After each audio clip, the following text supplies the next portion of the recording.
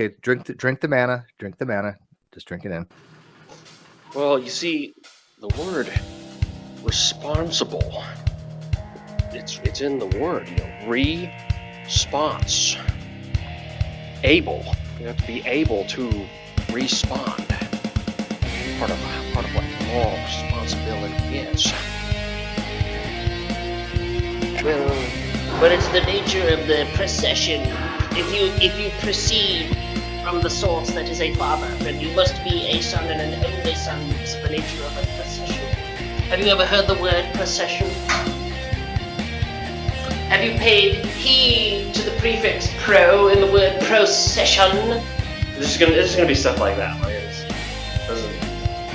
But just to go even further beyond. Does it even like vital soul?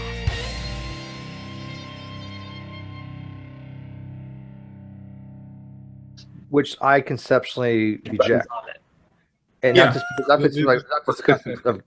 not the concept of God, but when you say something exists outside space time, I literally turn into an ichthyosis at that point. I don't know what you mean by that. It is just so nonsensical to me. And I'm not trying to be disparaging. It is literally a deficit that I have, and I think probably most people have, to try to understand what anybody means by outside of space and time. But it creates a paradox. It's negative theology. There is no positive meaning to it. It's a negative theological notion. It's which means what exists in concept, but not any tangible possibility of being real. People so Aquinas, for example, might conclude these things by showing that the first cause has to lack certain things by virtue of being the first cause. So the first cause. So you have the first cause and you have the secondary causal order, right? So the first cause. I'm not. I would prefer to be prepared for this, but you might want to. I can't. Sorry, I'm not. Well, the first cause was just posited to get around the problem of infinite regress, right? Well, it's the result. If you can just comment here real quick. Okay, so there's infinite. The scholastics have a distinction between per se and per accidents causal chains, causal series, and the per se causal series proceed in time, right? So there's the billiard ball hits another billiard ball and it causes it to go in one direction or another. That's the per accidents causal series, and it happens in time. The per se causal series, which is per se, that's in essence, right? Per accidens and accident. The per se causal series doesn't happen in time. It's all simultaneous. So this is the idea of God sustains existence at all times. He's the precondition for existence. Well, the first cause argument actually works that way. It's a per accident. It's a per se causal series. So take the argument for motion. Everything which is moved by virtue of being moved requires a mover. The series of motion cannot proceed ad infinitum because I can't remember why. Okay, I'm not prepared. As I said, I'm not prepared for. Everything. It's not purely actual. Yeah, it's not purely actual. So the series of movement, each component in the series of movement, which may be infinite, contains the potentiality for the next thing, but it doesn't contain the actuality of the whole. Well, that sounds like a Murkoff chain almost. This is a causal relationship between chain of events, but the first cause.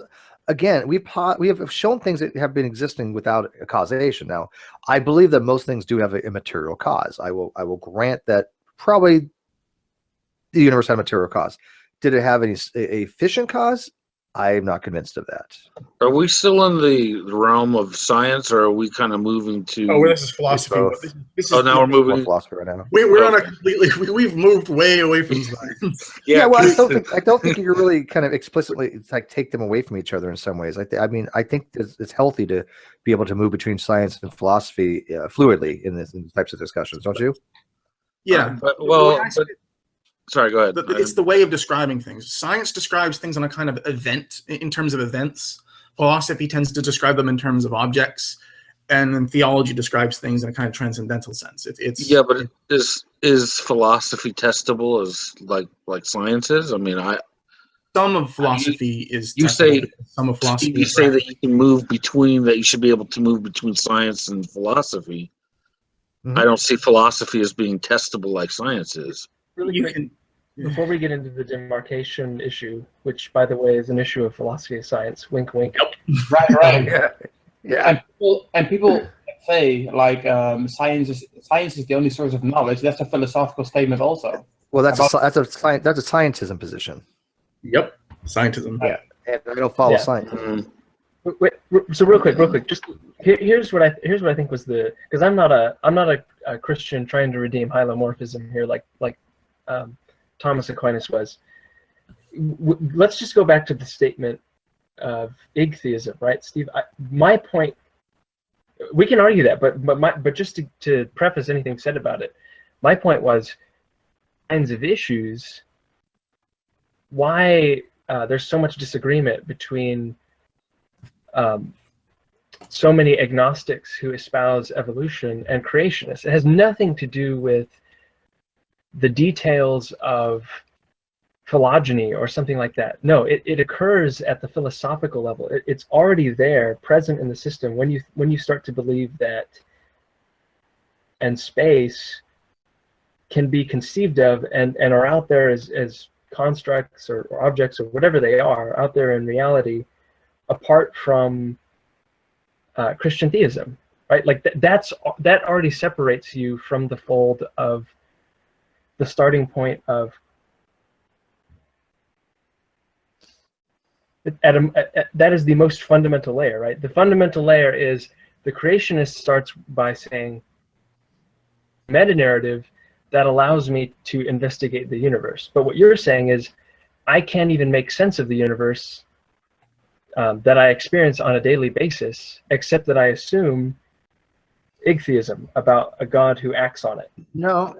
Actually, you didn't fully hear what I said. I said when you talk about a deity that's outside of space and time, then I fall into igtheism, or more specifically theological cognitivist, because that concept doesn't make any sense to me. Not the concept of the deity, but the concept of somehow existing outside of Minkowski space. I don't know what that would mean. Yeah, my point was, well, I don't understand Minkowski space enough to actually say that. It's just four dimensions. There's two really kind of trains of thought. There's neo-Lorentzian, which is basically 3 dimensions in space, 1 in time. But the Minkowski interpretation is basically saying you have 4 dimensions altogether. You have space-time. It's one fabric. Look at it that way. Right.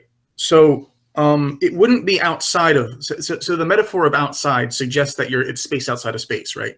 And that doesn't make sense. So that's fine. The idea. This is why William Lane Craig will use the word like sans time. Instead of without, it's instead of outside of, it is without or prior to. So there's this sort of order relation which happens between ontological dependency, right? One thing depends for its existence on another. God does not depend for his existence on time. Time depends for its existence on God. So God is prior to time, not in a temporal sense, but in an ontological dependence sense. Does that make sense? Yeah, but you're still running into the problem, ontologically speaking, that how does an atemporal being cause a temporal causation? How does that work? That is problematic. I have an issue with. And that's one of the things, like, when I say I'm being a theological cognitivist, obviously it's not to the concept of the God, is what's being posited as some of the properties of God. I can't know what they mean by that. And I'm sure to God, I'm not being disparaging for saying that I don't understand what you're saying, because I do. I get what you're saying. I really don't mentally know how to construct it in my head. And also causation in that sense doesn't make any sense when you learn about how causation works in relativity, like the light cone, for example. And there seems to be a lot of special pleading here. Like, okay, here's a framework that we all have to work in, but then there's this one being that is exempt from this framework, and then that exemption, there's no explanation on why this being is exempt. It's just saying that this is necessary, which is not really intellectually, I think, honest when you're talking about why you need this being to bring forth all matter in the universe. It's funny that I noticed with it's funny what I noticed with the theist, and not all, but some. If they say something like Eric Hovind will say the Bible tells me God exists and God tells me the Bible is true, therefore the Bible exists and God exists. It's a circular thing, right? So, but they call it a virtual circularity. So they're really we all know the three things. It's a virtuous circle. Yeah, I agree with him. It is a virtuous circle, but that doesn't make it right. Okay, it doesn't make it legit. Well, it's not persuasive. So this is my view on circular. here's a question: why is a circular argument a fallacy? Why should we consider it fallacious? It's deductively valid. So why is it fallacious? Well, okay, it's deductively valid from, like, for example, again, if you take one of the horns of the Munchausen trilemma, right? You say, okay, pains of circularity. You know you're going to default to circular argument and you're done. Or you can take the infinite regress and you try to get out of that, which they posit the prime mover. You can do what I do, and I take things axiomatically. But when you have a circular argument and you can form a conclusion from any single premise, you're not really demonstrating anything. You're basically asserting it. That's all you're doing. So a circular argument is nothing more than an assertion. It has nothing. It has no. It is deductive, but it's deductive as saying A equals A, the law of identity.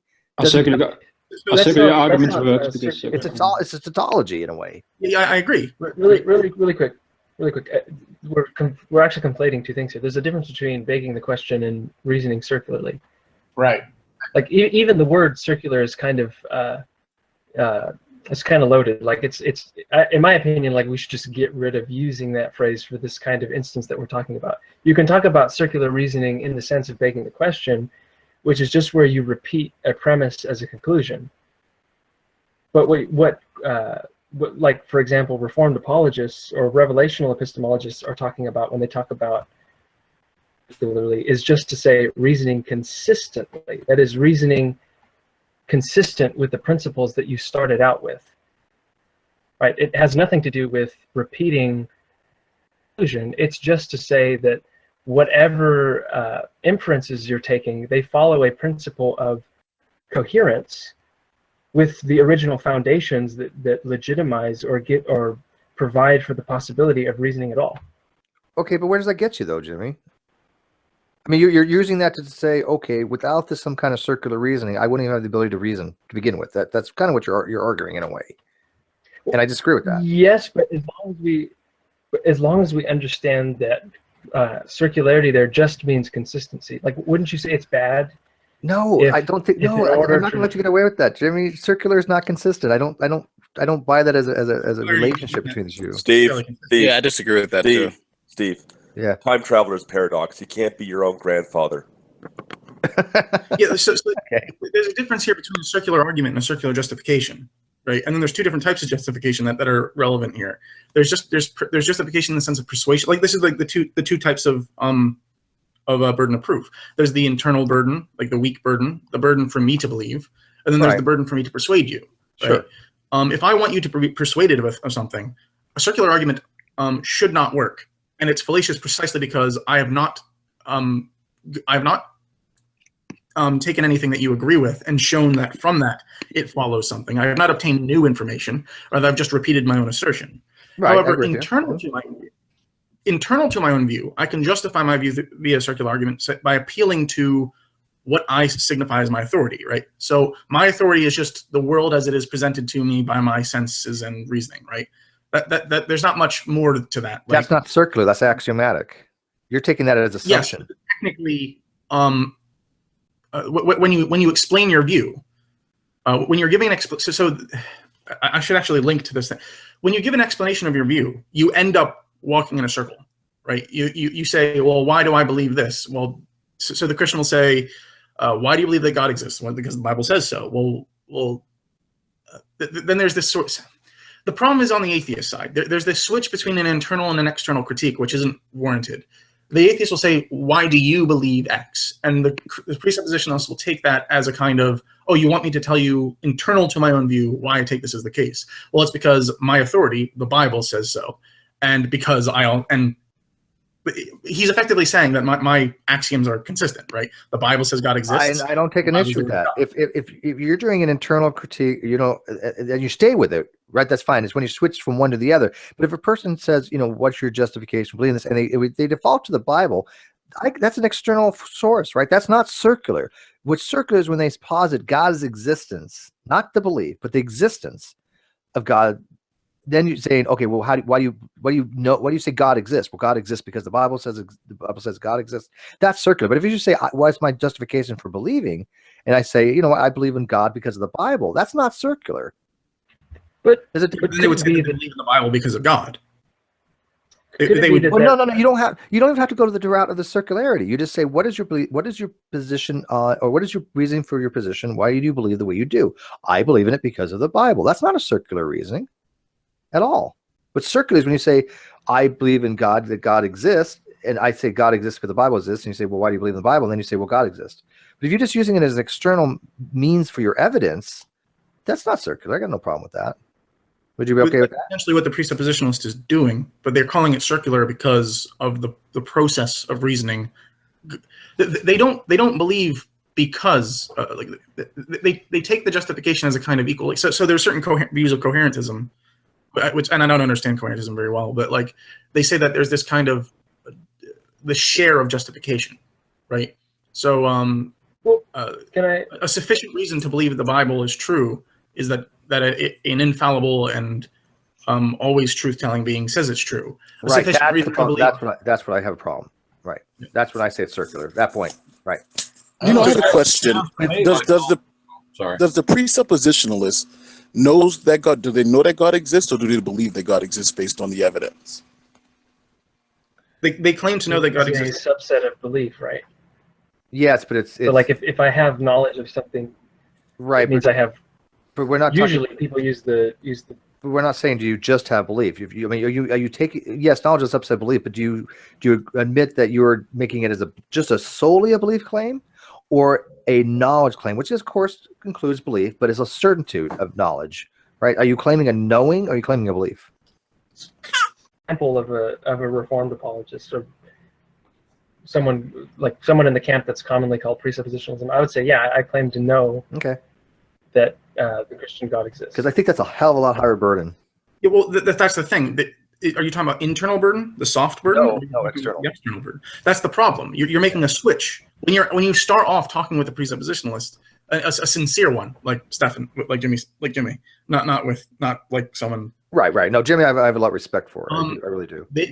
They will take it as an internal question. You're questioning internal to their view and say, well, these are the axioms of my view, effectively, and they go in this particular circle. The justification moves from God's being perfect to the Bible back to God, right? That's the justificatory circle internal to my view. But for some reason, you go and say, you take an issue with the internal circle of their view. You've taken their internal justification and then turned it into a external justification. You've taken their justifying their believing it to an attempt to persuade you, but they're not trying to persuade you. The presuppositionalist, like Jimmy Steffens will say, my goal isn't to persuade you, it's to convict you, right? He isn't trying to persuade you, so he doesn't have that type of justification. He doesn't have that type of burden of proof. And so there is no heavier justification to meet because that's just not what he's trying to do. Why? I disagree. All that philosophical stuff and William Lane Craig and what y'all been talking about, pretty much to me, it boils down to some really fancy smancy way of saying, this is my faith, this is what I believe. Just leave it at that. Yeah, to me, trying to prove something philosophically, because I'm not into philosophy, is like, it doesn't work. I mean, it's like, I don't get it. How can you really prove something is true philosophically, like in William Lane Craig? It's all definition, right? Your philosophy is your worldview. It's the way you take in the evidence in the first place. So it's all about the relationships between the definitions of your view, the rules by which you use all these philosophical claims. And I don't think they have to. When you ask somebody to prove something, they don't have to prove God, right? Heavy. I mean, nobody expects anybody to have that kind of burden to prove God. That's obscene to ask somebody to have that kind of burden of justification. This is true. Yeah. But when somebody says, I believe this because I have subjective things in my own life that I believe, and for example, they read the Bible and they believe in the Bible, that's their own prerogative. And as Frank's saying, there's a difference between the internal justification and the external. But when people are making the argument saying, you know what, I know a God exists and I'm going to show you God exists as a claim, or you prove to you that God exists, that is an external justification that is nearly, well, I would say completely impossible to do. But Jimmy doesn't do that. He's not. No, and I don't. Right, I don't put Jimmy in that category. So that's why I said it boils down to faith. That's it. If I could, make a distinction, I think what I would say is that I'm not interested in seeking out persuasion, but that doesn't mean I don't think that I can offer arguments or proof. Sort of where I was trying to move toward in regard to your statements about not being able to construct an idea of this God outside of time and space, whatever words we decide to use there, without time and space or sans time and space, the question arises. The argument from, how do you say this, incredulity, that just because you a person cannot fathom it or understand it, therefore it must be false or something? Isn't that a fallacy? Well, an argument for incredulity is basically, I don't believe you because I don't understand it. That's basically what it is in a nutshell. I don't understand it, therefore it can't be true. Yeah. But that's not what I'm not doing that when I say I don't believe you about God being outside time and space. I want to clarify, Steve. One question really quick. So where's the internal contradiction, or like, I don't understand? Well, I don't know what you're asking, Dave. Because I'm not having any argument for incredulity. I'm not saying that your God doesn't exist. I'm not saying that I don't believe it because your God exists. I'm saying I literally don't understand the concept what you're suggesting. Right? Yeah. You're asking me to say 1 = 2 kind of thing. I could not in my mind recognize what that would mean. So when somebody says outside time and space, I don't know how that means. I see. Okay. You know what? It reminds me of Einstein's thing that if you can't explain it to a 7-year-old, you really don't know it yourself. Well, I don't think and no offense to any theist, I don't think anybody can ever explain that, because the concept of being outside time and space is kind of nonsensical. Yeah. It literally is like saying some kind of weird. I don't even know how to describe it in basic terms, but it doesn't make any sense. But Steve, can't the same?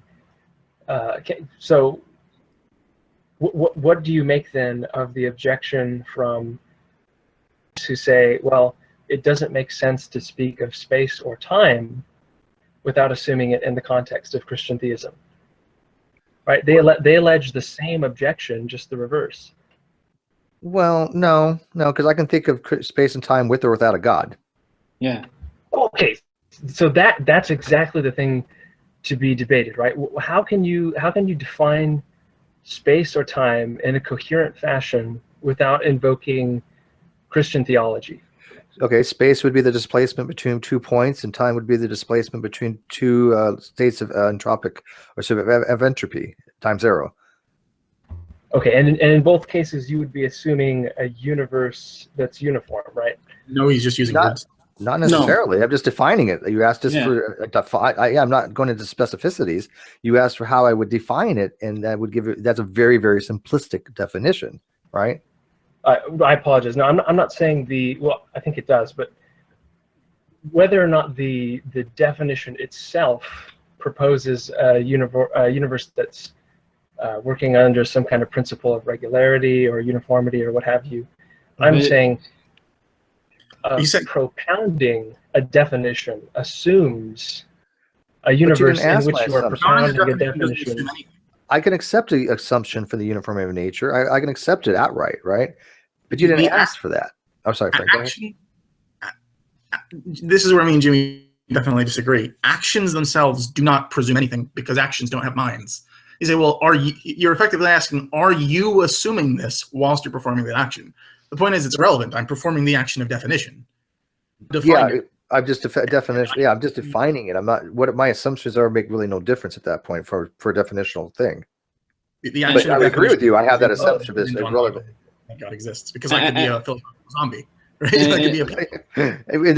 I think there are some philosophical zombies. By the way, who came up with that term? Dennett.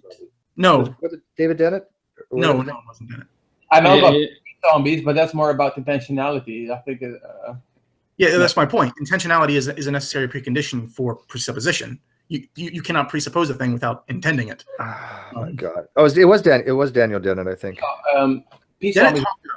David Chalmers, right? Peace zombies, but that's about intentionality. It was probably Chalmers. Oh, David Chalmers. Yeah, David Chalmers in the conscious mind. I have a hard time with qualia type arguments or things, and when it comes to like how do we perceive our qualia, like I know it goes back to the basics, but I mean when you think the color red, in my worldview, and maybe you can narrow around what you would call this, I don't think red actually exists in a way. I think red exists in the mind. Does that make sense? What would you call that as a position? but you want to make, I think, a distinction between quale, the qualitative experience of the agent of what something is like, and you can have, I think, qualia of intentionality, right? That you're about something, in this case, the color red, and you have a first-person point of view experience of what it is like to experience red, what it is like. So you want right, but what do you call that? What do you call somebody that says, I don't think, and I could be swayed either way, but I don't think red is actually something that exists as a material thing in the universe. I don't think it exists anywhere else inside our mind. If we didn't exist, the color red would not exist. I think red is a universal that can be instantiated in many cases, but I just think it's our perception. Well, hold on. I disagree. I would say red. If you're talking about the color red, you can say it's a certain wavelength in the electromagnetic spectrum. And just like a rock is a rock. This is a description of an event that we see. That's not qualia, though, at that point. You're talking about physics. I'm talking about qualia.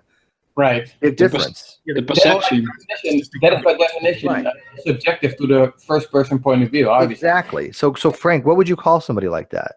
Do you know what the term would be for somebody like myself who accepts or thinks that red is probably something that only exists as something in the brain that you're perceiving this? I don't know if there's a particular name for it, but it's I don't know.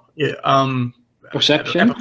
Well, no, because it has to do with universals. It has to do with the existence of universals. Wait, Steve, are you talking about epistemology and the whole internalism, externalism debate, or what do you mean? No, not really. No, it has nothing to do with that. I think it's epiphenomenalism. Epiphenomenalism. I think that's close to them. Well, wait a second. So if you're talking about epiphenomenalism, then you're talking about how consciousness comes out of the brain.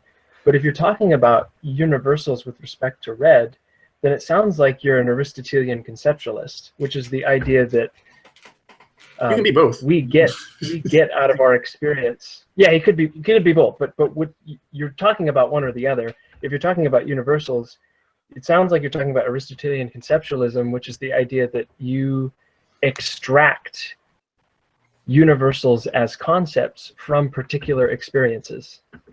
I could buy into that. The reason being, they did, like, you guys remember this experiment they did where a teacher gave her students these glasses, and what they did was these glasses reverted everything upside down. Yeah. A very famous neurological experiment. And after several days, I mean, it was a week, their eyesight actually righted itself up. I mean, the brain actually compensated for it and was able to adjust. I think the brain is a very powerful thing to do that, and I think that when we perceive a specific color, whether I'm perceiving the red the same way as like Jimmy is, it's my brain giving me that what I'm seeing as that qualia, right? Yeah. Now, I don't think that anything exists that we could say this is red without the ability of having that perception. And if we weren't around to have that perception, that universal wouldn't really exist. I can also add something to that. You have also a phenomenon known as synesthesia. Where people, yes, exactly. Where people hear colors when they hear. Yes. So Nestle, what am I saying is not completely way off left field, right? Yeah. Yes, I agree with you. But I think somebody like Hal and Jack would say there is no right or wrong way to interpret the world and itself, if that is even a thing. You cannot escape your experience of it, which would be subjective by definition, etc. So you can't really speak about that thing on sich, right? But I think you want to separate between the rock being objectively there, if that is your account, right? That you believe and a rock could be there objectively, whether the agent is aware of it or not, and the qualitative experience of the color of the rock or how the agent interprets like the whole pattern recognition, etc. thing. I'm pretty sure Steve's an external realist. I don't think he's a transcendental idealist. No, I don't take it as a transcendental or platonic forms. No, you sound like my persuasion, right? That's actually very easy. It's like, do you believe if you witness a red ball, right? Because you were talking about the experience of the color red. You witness a red ball on the street, whatever. Yeah, I think. Wait, is this correspondence theory? I think so. Well, I think, Steve, that you believe that the external world is out there and it exists, right? That the ball is yes, there. I believe that the external world does exist. Absolutely. Yes. Okay, so so for example, even if there's a stick in the water and it looks bent to you, you still believe there's a stick in some way, shape, or form, apart from your experience, right? Yes, and I believe that the stick is not actually bent. I understand. Yeah. So it's a critical realist. I'm only talking But, about. I mean, I'm only the talking about question- universals. We can't again how our mind are perceiving things, and colors are one of the best things for that. You know, sound might be- that's problematic, though, right? They're all related. And that's realize these subjects as though they're not related. They are all deeply interconnected. The problem of universals, the philosophy of mind, the epistemological points. These are all deeply interconnected. Like they're. Yeah, I'm still working through my whole position. Right, I read these things, but I'm not as fluent as you guys are, and it's a hard time for me to go. I don't even. I just figure it out my own. Well, I mean, I don't get into that much, so I have to do it in spurts, and occasionally like Dr. Malpass will send me some stuff. I don't know how to argue for it just yet, but I will try to do so in the future, maybe with the help of Jimmy. But I believe, on my view, on the correspondence theory view, I believe if there's a triangle between God's revelation, that you can posit an external world, you can be sure about that, etc., that it exists. And I think on atheism, you are always stuck in either Kantian's. You are always stuck with Kantian spectacles, as in there's no escaping the experience and your sensory experience and cognitive faculties. You're always stuck there in some weird solipsism type of deal. And I think only on theism you can actually posit an external world, and then you can make the distinction between the world on its own and how the agent is perceiving them, like the red ball or the science teacher that gives the students the goggles, etc. And then we can talk about how we perceive the world if it really exists. Mm-hmm. But I'm not sure yet how to run arguments for that, but that will be interesting. What do you mean? I think the overwhelming majority of people think the external world exists. I mean, I have never met a true solipsist that doesn't think external minds exist. So if people are going to think that external minds exist, I don't think it's a far leap to say that the rest of reality exists as well. Do you? But the problem with critical realism is what's the basis, both on the one hand for believing in the extramental world, and on the other hand, thinking that there is some standard to measure our perceptions of it, right? What our perceptions are our standard. I would say you really don't have a choice. Basically, a true solipsist would be dead pretty much soon if he doesn't eat. If he doesn't go out and find water and find food for himself, you pretty much be dead. But maybe we're all just destined to starve. Maybe we're all just destined, right? See, I mean, the solipsists can just respond. Now we go into nihilism. Exactly, that is a form of nihilism. And I think what Fake said, I mean, didn't he say something along the lines of our standard is our senses, right? I mean, that's what I can't say that I'm a full empiricist. I don't think I don't think all the sensory perception we have is strictly from our senses. The vast majority of it is. But there might be something more than we have before senses. As a whole, right? What's that? Our cognitive faculties as a whole. Our cognitive faculties are sufficiently reliable to ascertain some truth. Yes, if you're taking the cognitive faculties as an umbrella term, then I think that's the only possible way we can interact with reality. Yeah. But that just moves the question, right? And also, it seems to move the question. The question originally was,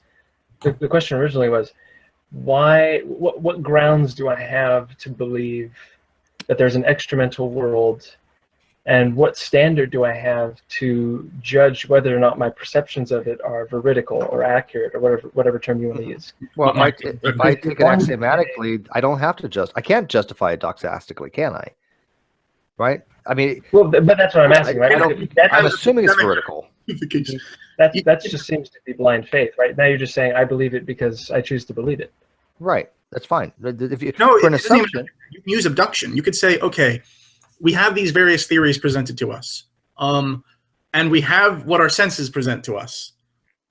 Let's look at them, right? So take the claim, my cognitive faculties are sufficiently reliable to ascertain some truth. We're either going to assert that claim or negate that claim. And even if we're not going to do anything, we're going to behave as though the claim is true. We're not. If we negate the claim, we can't even tell that the claim is true. So we can't negate the claim. So we have to assert the claim, pragmatically speaking, right? If my cognitive faculties are not sufficiently reliable to ascertain some truth, then they're not sufficiently reliable to ascertain any truth, just by conversion of some to any. which means that I can't. And since that particular claim would be a truth, then if my cognitive faculties aren't sufficiently able to ascertain any truth, then that claim itself would not be one I could figure out. So pragmatically, we can just, for the sake of for the sake of whatever, assume that claim is true. Assuming that claim is true. So this, Frank, this sounds very familiar to one of the conversations we had a couple months ago, where I pointed out again, like, this is like saying if we're stuck on a desert island and all we have is sand. Well, pragmatically speaking, let's pretend that we can build boats out of sand and get off the island. Like, just because you're stuck with your senses doesn't mean, just because your senses. I don't like sand. I was to say, can I give an example? Somebody in the live feed, and this is really good actually, but somebody in the live feed does not understand what we're talking about when it comes to the color red. Lucky, I'm going to address to you. He's saying that red is, strictly the color of the range color of the wavelength, right?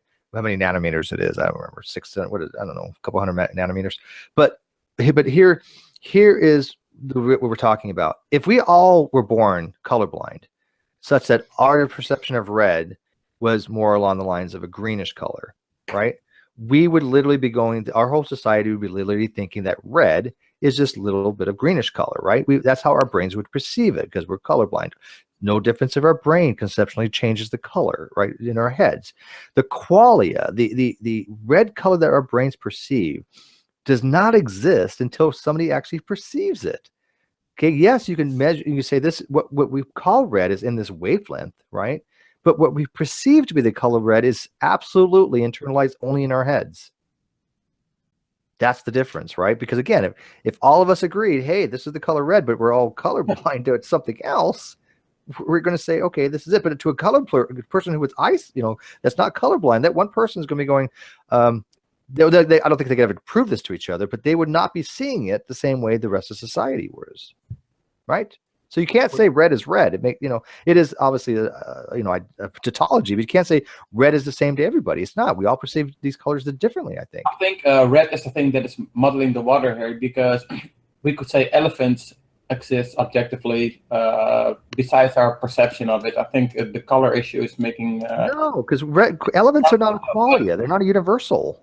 They have nothing to do with your internalization, whatever it is. I actually thought that you were about to bring up in your intro there, Steve. I thought you were trying to run the knowledge argument, Mary's room argument, but you diverted. I was like, what? Is he going to do that? Never mind. No, I wasn't going that far. But hold on, Steve. Yes. Oh, excuse me. Have y'all ever seen these things where it says, okay, stare at the little cross in the middle of the picture, and it's a image of like the U.S. flag. Mm-hmm. It's like, there's no red or whatever in it, no blue nut or whatever, but you stare at it, and then you look at a white wall and you see the red and the white and the blue, but where is that? It's an after image. But like you're talking about red, where does it actually exist? It's just what we perceive. Maybe this example may help. If someone, and I've used this before, but let's say you're speaking to someone who's been blind from birth, how would you explain to them the color red? What words would you use to describe it to them? I don't think you actually accurately could. No. It would be impossible. Yeah. And that's what I think this gets down to. We're talking about a concept that's unique to each individual person. But that's my whole point. We all have a shared experience of what we believe red is. Yes. Because your red could be my green, for instance, but I would just know that every time we point to this particular object, we both agree that is described as red. But again, we couldn't describe it to anybody. But isn't that my argument to begin with? That red is a manifestation of our perception of the wavelength. Yes, and that's what I was saying, Steve. I just was giving an example. Okay, and Nestle, I think that gets it right on. But I think up in the live feed are just basically they're looking at it from a too much of a physics perspective. This is where I kept on saying you have to be able to be fluid between science and philosophy, right? We've moved from science, which I love. I mean, I understand the range of the colors. I get that, right? But we move now into philosophy, and you have to have that fluidity to go back and forth. I know Steve went on this topic before on another hangout, and at first I was a bit confused because red is of course the wavelength about a certain wavelength, but he clarified that he meant the perception of red, and then yes, I agree that the perception of red is entirely conceptual. Yeah. Exists in our brain and nowhere else. Steve, Yeah. what color is a rose? A purple polka dot. But we all agree that roses are red. No, there are some roses. White, yellow. I know there's other colors of roses. Yeah. Well, that's what I'm saying. We all agree roses are red. It doesn't matter what color we see when we look at a rose. Yes, we it all does. see That's red. the whole point. No. It's our That's the whole perception of point. what red is. The category red, we all share the category red because of that wavelength, right? Yeah. Yes. But the idea is when we look at how we perceive that, we don't realize know. that there's something different about it. It's not, we don't perceive wavelength in the sense of like the wavelength is just a term. It's a mathematical description which fits a certain set of numbers. But we don't perceive numbers. We perceive this thing which we call red, and it's not really the mathematics explains why we're capable of communicating it to other people. But when we communicate it to ourselves, it's not a number. It's a first-person experience. And we know that colorblind people perceive colors differently. Well, yes, but the reason they that's the whole because of point, their biology, right? Yeah. This is something. Yeah. This is something which transcends biology. This isn't qualia are not things which are in the domain of any science. They are in the domain of philosophy. Science doesn't have the tools to talk about it because science is almost inherently mathematical. When we talk about wavelengths, we're talking about certain equations which we can use to model our perceptions. But the thing is, go ahead. Sorry, go ahead. You know, the model itself is not identical to the thing modeled, and the thing and we model things so that we can predict things and control things. But the thing modeled is our perceptions as they present themselves to us, and that thing cannot be expressed in purely mathematical terms. It's not. It's qualitative, not quantitative.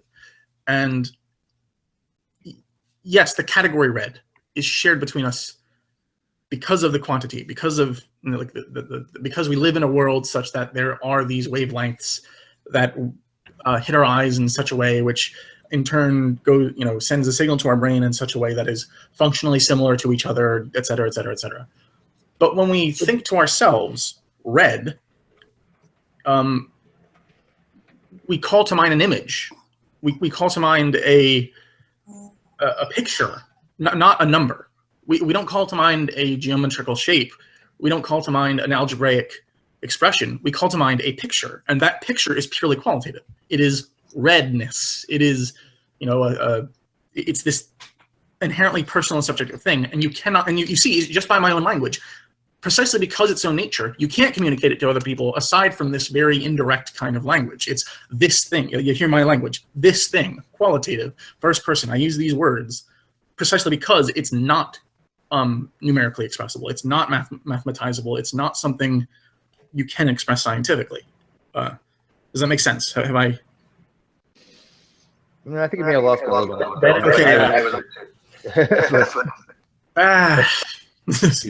Feedback. No, it's not you. Sometimes sometimes it gets a little bit too in depth, and I just kind of like maybe tuned out there for a second. So don't take it personally. I tend to be. That is Steve's way of saying that went way over my head. Okay. Yeah, pretty much. Yeah. Well, see, but I don't front, right? I know what my limits are, right? If somebody's this either A, I'm not understanding it, or B, it's just I know it's nonsense. To be sure, like maybe I'm completely. I wouldn't be able to judge that. I like when somebody talks word salad with physics or something like that. I at least know, hey, this guy's talking word salad. I could even judge whether it was word salad or not because I don't. You're talking at a level that I'm not up to yet. Yeah, I'm not asking anybody to take me as an authority or anything. I am a layman in philosophy. I am a layman in everything. So, but you've got a pretty good handle on it, right? But there's a difference. When you say something, I have been told by people with like Maximus Confesses and the like who say that I do in fact. So at least some people do have the. Well, that's why I'm not going to call you out and go, okay, what you just said was complete bullshit, because I would have you lying through my ass. I would have no idea. But I do that with True because I know doesn't know what he's talking about. Two, I know he doesn't know what he's talking about. I can actually say, okay, that was what he said. Yeah, I know that was complete bullshit. Right. Well, some experiences obviously from a first person point of view are immaterial and they're by definition subjective. So just like you can see brain states in an MRI scan, you cannot see the content of thoughts on that machine. In the same way, some experiences are by definition, they go outside of what science can detect, I think is one of the things that Frank was trying to say or explain to Ness. Okay, can I say something that maybe No, go ahead. You had your chance. That pixel may draw some interest. There is some interesting hypothesis that bats that echolocate hear the see with their ears.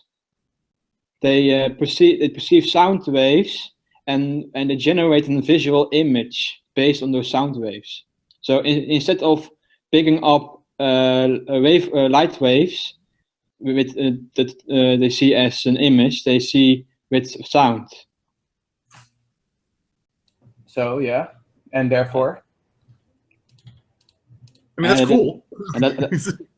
My point is that exactly what Steve is talking about. It's all about perception. Maybe bats see red by a particular sound wave instead of a light wave.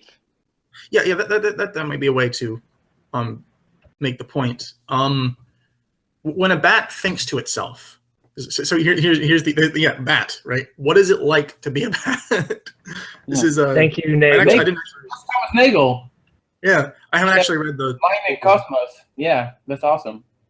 It's funny how you mentioned a bat. Have you read Nagel? I haven't. But next, like, who, me? No. Secondary sources.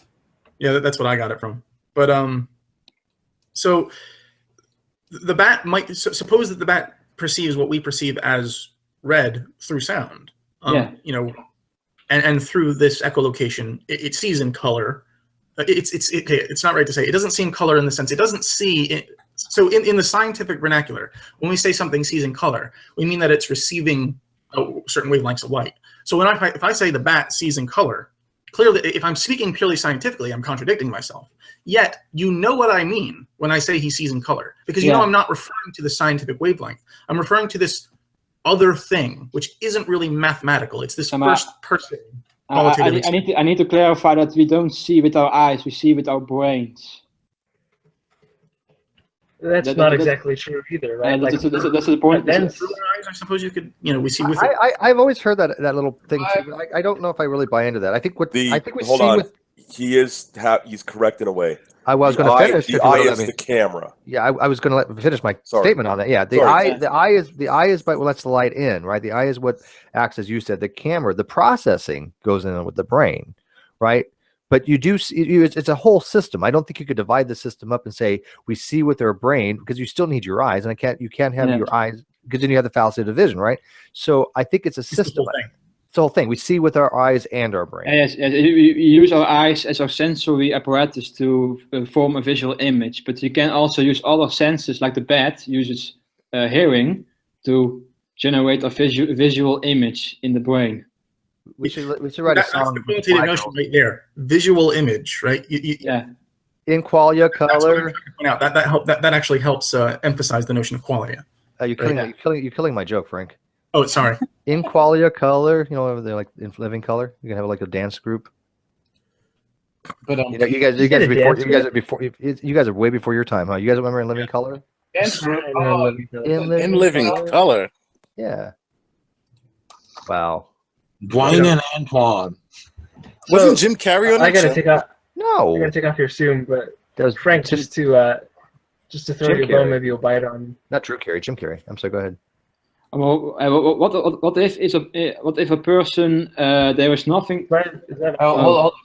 Yeah, I think Jimmy's gonna leave soon, so he wanted to say something really quick. Yeah. All right. Yeah, my mouse just went to shit. I gotta reset it. Oh yeah, I was just saying, like, I gotta take off soon, so I wanted to throw you a bone. Maybe you'll bite me back for it, but I was gonna say when you were talking about acts earlier, like the act of taking a stance on something or committing yourself intellectually to a proposition, the same kind of act that's involved in, say, a muscle spasm or the way that I scratch my head when I sleep, like that's an intentional act that has to do with rationality. That is, it's an act that can be measured in terms of rational principles, like whether or not it's a correct inference, logically consistent, so on and so forth, right? So it's not a valid objection to say that the act doesn't assume anything. Some acts don't assume anything, but certainly intentional acts that could be measured as to their rationality do assume a universe. Uniformity is allowing for them.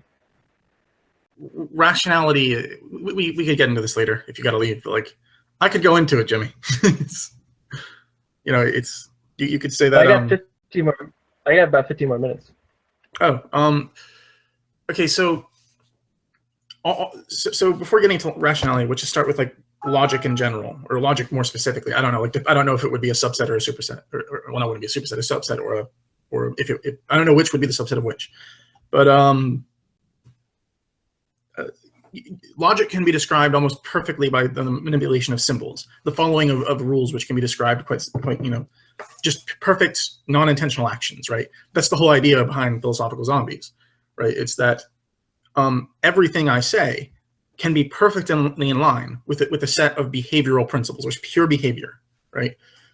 The intentionality comes in when we try to describe the behavior, but even intentionality itself isn't that complicated a thing. My intentionality could arise just from a kind of pragmatic act. If I'm trying to say, if I try to use the word cow to represent, you know, if I'm intending something by the word cow, specifically a cow, I don't need to presuppose anything. I just need to have this first-person subjective experience of a cow, or a memory of a cow, and then I have the word cow, and I sort of juxtapose them in my head, or, you know, not juxtapose. I have the word cow in my head, and I have the memory of a cow, and I use the word.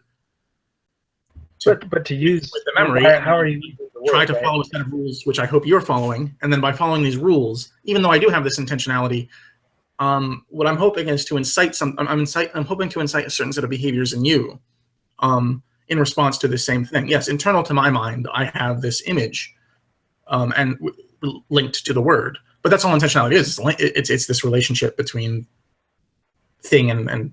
No, you see, hold on, wait. You're thinking of intentionality with an S. I'm thinking intentionality with a T. In terms of the communicative act, whereby I make a statement in order to get an idea in your mind. That is, it's the in order to, or the plan, the telos of my act, right? Now, when Steve commits himself to experimental reality or an idea of space and time, right? He's doing something intentionally, or he's living with regard to inconsistency to those principles. And the problem is, if he does not assume a universe which is uniform, if he does not assume a universe which acts regularly, then there's nothing to say that the universe isn't at the same time contradicting that current state. Yeah, but he can just assume that. There's nothing wrong with just assuming it. Well, says who? Says me. Okay, but that principle is self-refuting, right? Like, then if our standard is, if we're allowed to just be capricious. No, it's not a matter of capriciousness. Standards are worldview dependent. What is your? No, I absolutely agree with that. I absolutely agree with that. But what I'm saying is that particular standard is self-refuting. If our standard just is indistinguishable from capriciousness, then I can just capriciously say you're wrong, therefore I'm right. And I could do the same thing. Yeah, and it would be indistinguishable. You would be agreeing with me. This is where our conversations tend to go, right? There's the internal to the worldview thing, and then there's the external, right? There's the internal critique, and then there's the external.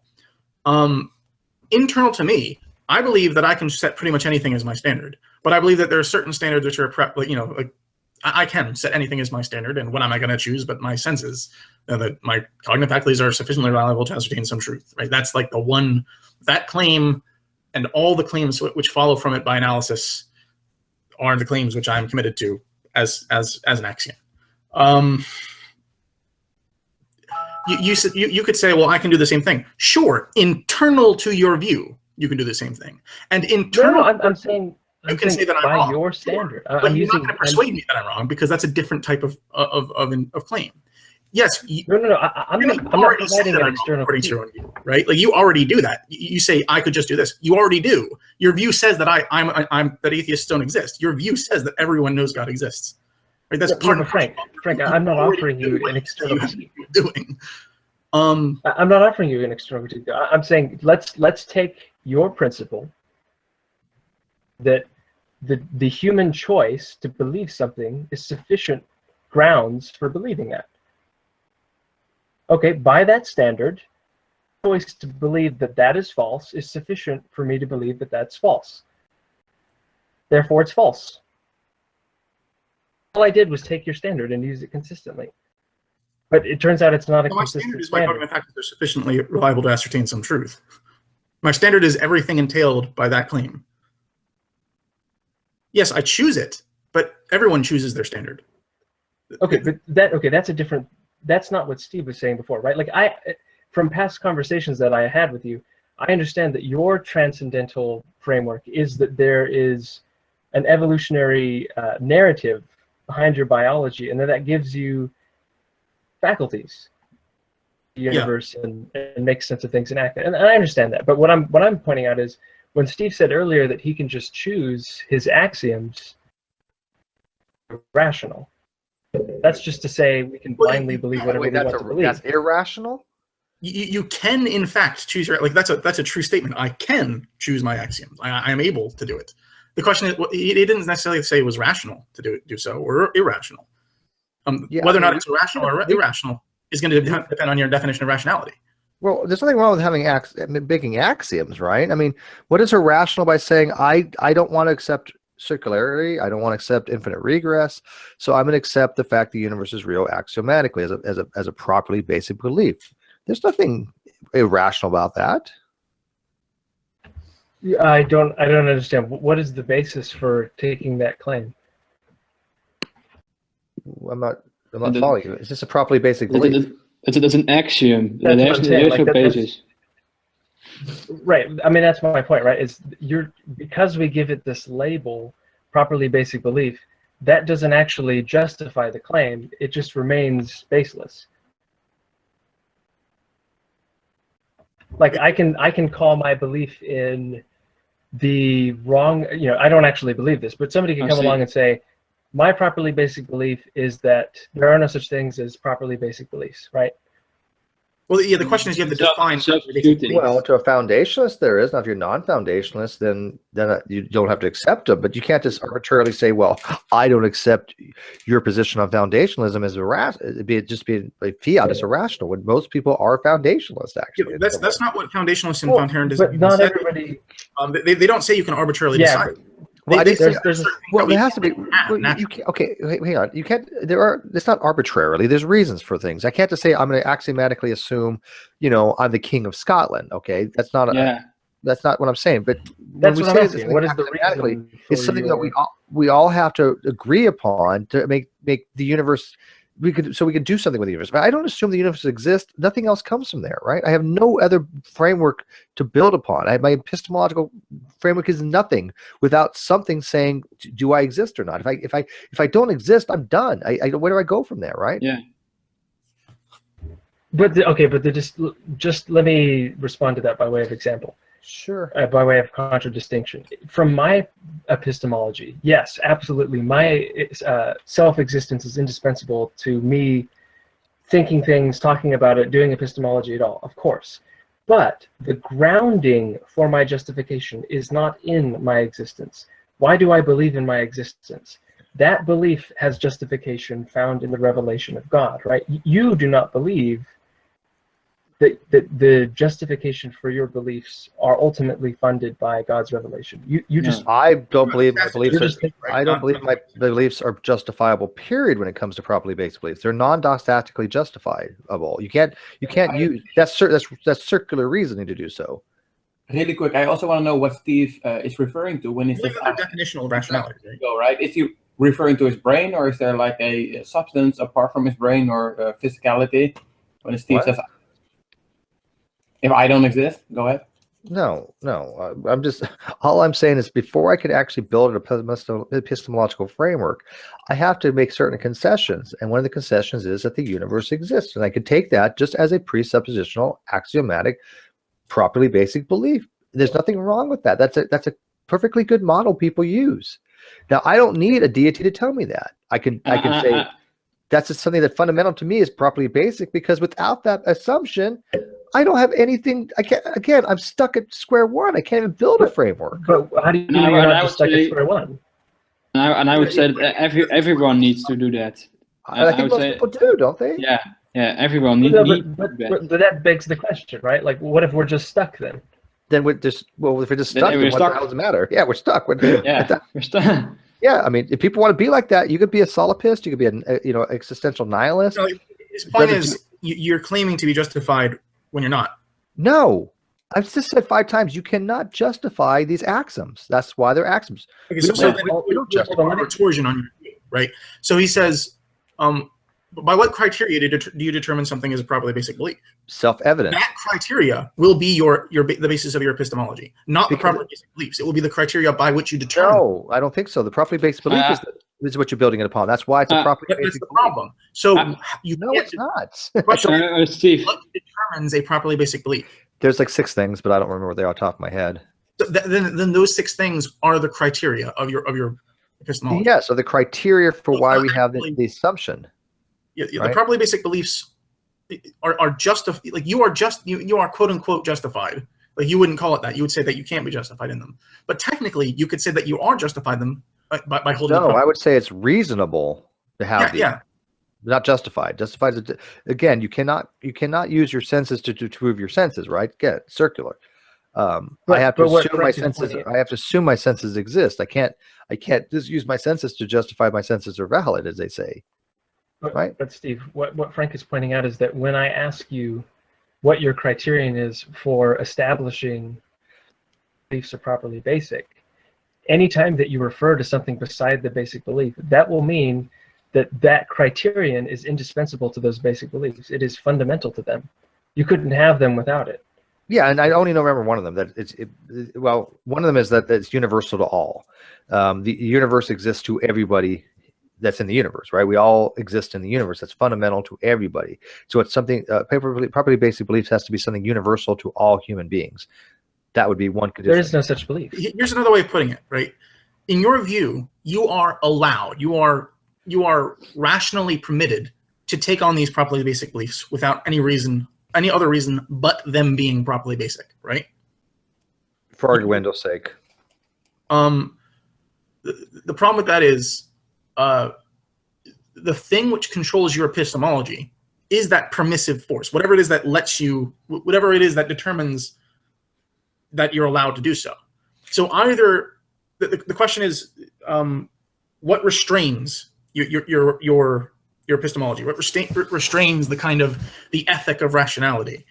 Well, again, I'd have to give you the 6 conditions. What are you allowed to believe and still be rational? Right. Well, again, I'd have to give you the same 6 conditions. And again, why can't I even take something as a brute fact? Right? I mean, there's nothing non-philosophical by saying I accept this as a brute fact if it meets the conditions of what a brute fact is, which is self-evident. Right? Steve, what constitutes self-evidence? Right? Like, because I'm just thinking it's probable that I don't find any of the things you're taking to be self-evident. Well, the universe to me is self-evident. We exist self-evidently. Yeah. Well, what if he says that that's his epistemological framework? We're not building his. We're building mine. The problem is, yeah, that's true. So a brute fact is permissible. You can't just. But then I can just say it's a brute fact that God exists. You could, but is that something that's universal to everybody? No. Okay. So I don't have the same. I don't have that same thing that God exists. But the existence is. We all exist. No, Jimmy, I think he's right here. The retorsion doesn't work anymore because I don't know. Well, let me make a distinction here. Okay. If you're going to say that the criterion for a properly basic belief is its universality, then you either have to concede one of 2 things. You have to say that nobody acknowledges such a belief universally, because I don't care what you're going to list. as the 6 beliefs. They are okay. Well, Floyd's giving them right now. 1, they are all unstated assumptions. Fact. You were never taught to trust your senses, to rely on your memory, look for causes, think of yourself as a self, or imply induction. They are all universally held. They are ingredients. They are an ingredient to rationality and reasonableness to such a degree that the denial manifests itself to oblivious irrationality and even madness. I forgot that one, but I like that one a lot, because if you deny reality, you are now, in my opinion, becoming an irrational person, because you cannot have a dialogue at that point. If you don't accept reality, then you don't accept I exist. Therefore, we can never have any kind of meaningful conversation. Right? Don't acknowledge the belief. Well, what do you mean? I mean, if you don't accept that I exist, how can we have a dialogue? No, but you're not understanding what I'm saying. It's not that I deny that you exist. What I'm saying is your criterion either fails, because not everybody agrees with any of the beliefs that you will set forth as properly basic, or what you have to argue is that people believe it despite the fact that they deny it. But as soon as you say that people believe things despite the fact that they deny it, and those beliefs are properly basic, then that allows me to say, by the same exact criterion, you believe it's God, even though you don't acknowledge it. I totally disagree with that. I agree with it, actually. I don't. No, because but I don't. Yeah, I disagree with that Jimmy, too. Because he's positing a deity that's not required for everybody, right? He's gone from properly basic belief to just a basic belief. And that he's trying to throw that in there, because now he's saying, look, I'm going to posit my deity that doesn't need to exist. I can build the same framework here. I can say, hey, look, we exist. He can say we exist. I don't need anything else to add to that. He does. He has to say, we exist because my God exists. That's why we're here. I don't need that in my epistemological framework, right? So we have the same properly basic belief, or same belief that we exist, but he's adding something to it that I don't need in my framework. But Steve, with respect, that's exactly the reverse is exactly the thing I'm going to argue for you. Like you're adding the concept of autonomy. You're adding this idea that adding autonomy. No. I'm not adding any autonomy. I'm just saying if we both have the belief that we exist, that's it. That's criteria. We both exist. Now you say, but I exist because of this. You are adding in something else. You can't just sit there and say, oh, because you're adding an autonomy. That doesn't work that way. No, wait. Not at all. What you're saying is I exist independent of the providence, existence, or revelation of God. I'm saying I exist as a creature of God, inherently dependent and defined by. No, I disagree. So our very conceptions of our. And I can say I exist because of leprechauns. What's the difference? You don't need any other thing to add to that. You can just say I exist. Steve is not saying I exist because of something. He's just saying I exist. Right. Exactly. I'm not saying I exist because I have autonomy. Right. I'm not adding anything else to that. I mean, the fact that we exist is a brute fact at this point. Well, that's what I was trying to give an example of brute fact. Yeah, that's exactly. Yeah, that's exactly my point. I was using an example for a brute fact. I didn't make a. Hold on. I didn't make a claim to origins. What I said was, my very conception of humanity is a humanity that is defined by its being created by God. Your conception of humanity is defined by its independence from that conception. No, you're adding all these things that are not. I don't see how you're adding all these properties in. It's independent of your God because actually, if I may for a moment, it isn't that he's offering an existence that's independent of God. He's offering one that's irrelevant of God. Yes, I mean my existence is not dependent upon it. That would just make it independent by extension. That's perfect. Yeah. Well, sure, it's independent, but not by extension. It's a foundational thing that I don't need anything else in my existence to assume the universe is true, right? I hate to say we're true, but I assume that the universe exists. I don't need anything else out of that. I don't say, hey, you know what? My universe exists because multiple personality exists. No, if he did exist, no offense, Steve, my universe would still exist. Steve, that's the claim to be debated. I don't think so. I don't think that's the claim. The claim that you can exist, or that you can make sense of the universe, or any of these things without God. That's the very thing that's in question. But do you admit that I can exist without having anything else added to that? Do you agree upon that? Also, in my framework. I think you have that kind of wrong in that we can't make sense of the universe unless we exist. Well, hang on. I'm just saying, in my worldview, if you want to throw it that way, can I exist independently of any other factor? That seems to be your position, right? Sure. So you're taking that same thing. You could have the same position as me on that, but you're just taking it one step further. You're taking a properly basic belief and making it basic. You're just saying, no. It's not a matter of addition. It's not a matter of addition. Yes, you're adding the requirement of God. No, you are adding to the it. very conception of humanity that I'm putting forth is defined by its relationship to God. It's not a matter of addition. But you don't. It's like trying to talk about a square without four sides. But we're actually adding an addition by adding the God factor in there, because all we can state with pretty well complete certainty is that I exist. Thank you. Bingo. Anything else beyond that, I can't make as a brute fact. I can never do it. An internal critique of Steve. Like it sounds like you're saying you could do this. So let's assume some sort of I am autonomously choosing to take on this particular definition of proper basicality, right? Like we both have these claims to basic beliefs. Yours view humanity encompassing God. Steve's view of humanity being neutral to it. It may or may not include God. Now right, exactly. I'm not saying that my universe doesn't have to include a God or not. It does include or not. It could, right? Very well. But as far as I can see right now, it doesn't require one. What's that? But it precludes the Christian God that I'm putting forth, right? No, it doesn't preclude it. No, it does, because his view said that you know that God exists. It precludes my version precludes the necessity for the Christian God. Doesn't preclude the existence. The Christian God that I'm putting forth is defined as necessity in that way.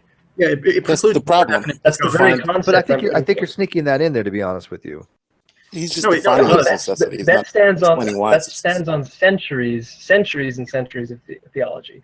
No, different. My universe is defined as necessity. Is that an issue? Do you mean like God as the precondition? Yeah. Wait. If that was hang on. His view, Steve wouldn't say that it's not possible that he could come to learn that there is this necessary precondition for existence, which so happens to be God.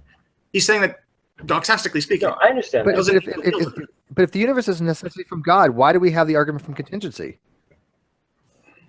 I never made the argument. Well, I didn't say you, but other people have. Christians, right, will make an argument from contingency. Now you're saying that not all Christians agree about this. But you're saying, but you just said that the vast majority of Christians, this is the Christian worldview. No, this is your version of the Christian worldview. Because if not, again, we would not have the argument from contingency, which I think is highly flawed. This is confusion. What I said was this stands on centuries of theology, and what I meant was it stands in the Reformed tradition, which is a very philosophically, I would say it's the second most philosophically robust tradition in Christendom. Yeah, but why should second only to according to your worldview. Oh, why should we care about human traditions? That's like an appeal to popularity. No, I'm not. I'm not saying that because it's popular, it's true.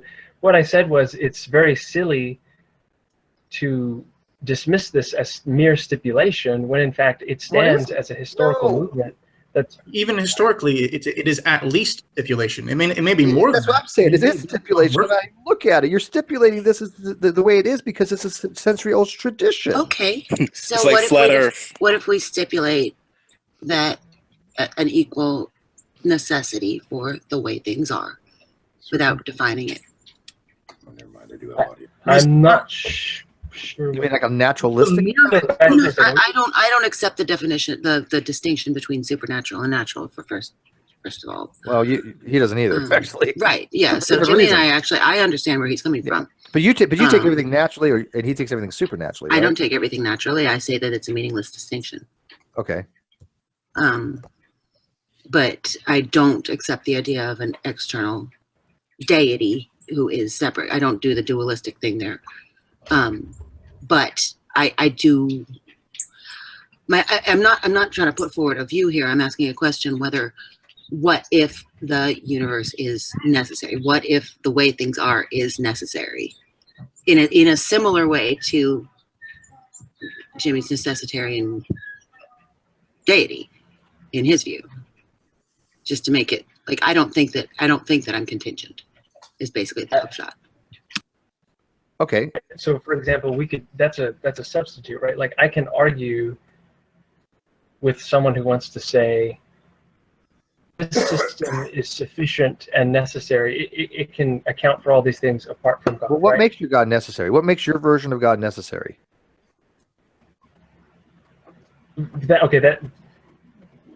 This is where Frank brought forth the internal-external distinction before, because when you asked me that question, are you asking me of Christian theism, why is God necessary, or are you saying why should I believe that God is necessary? No, I don't believe that. Why does as a universe, you want to call it external, what is it from the universe that makes the Christian God that you're positing required for that universe to be, for me to accept it as something as other than just an assumption the universe exists? Why do I need to add in that other criteria that God is behind it as a necessary condition for the universe's existence? Well, the example that I was giving earlier is the uniformity of nature, right? Like the Christian God provides for the regularity in the universe by which we can rely on our cognitive faculties, by which we can enumerate and induce things about the universe and interpret the universe rationally. Things are grounded in the fact that God makes the universe uniform, makes it work in a way that is before the human mind and is interpretable.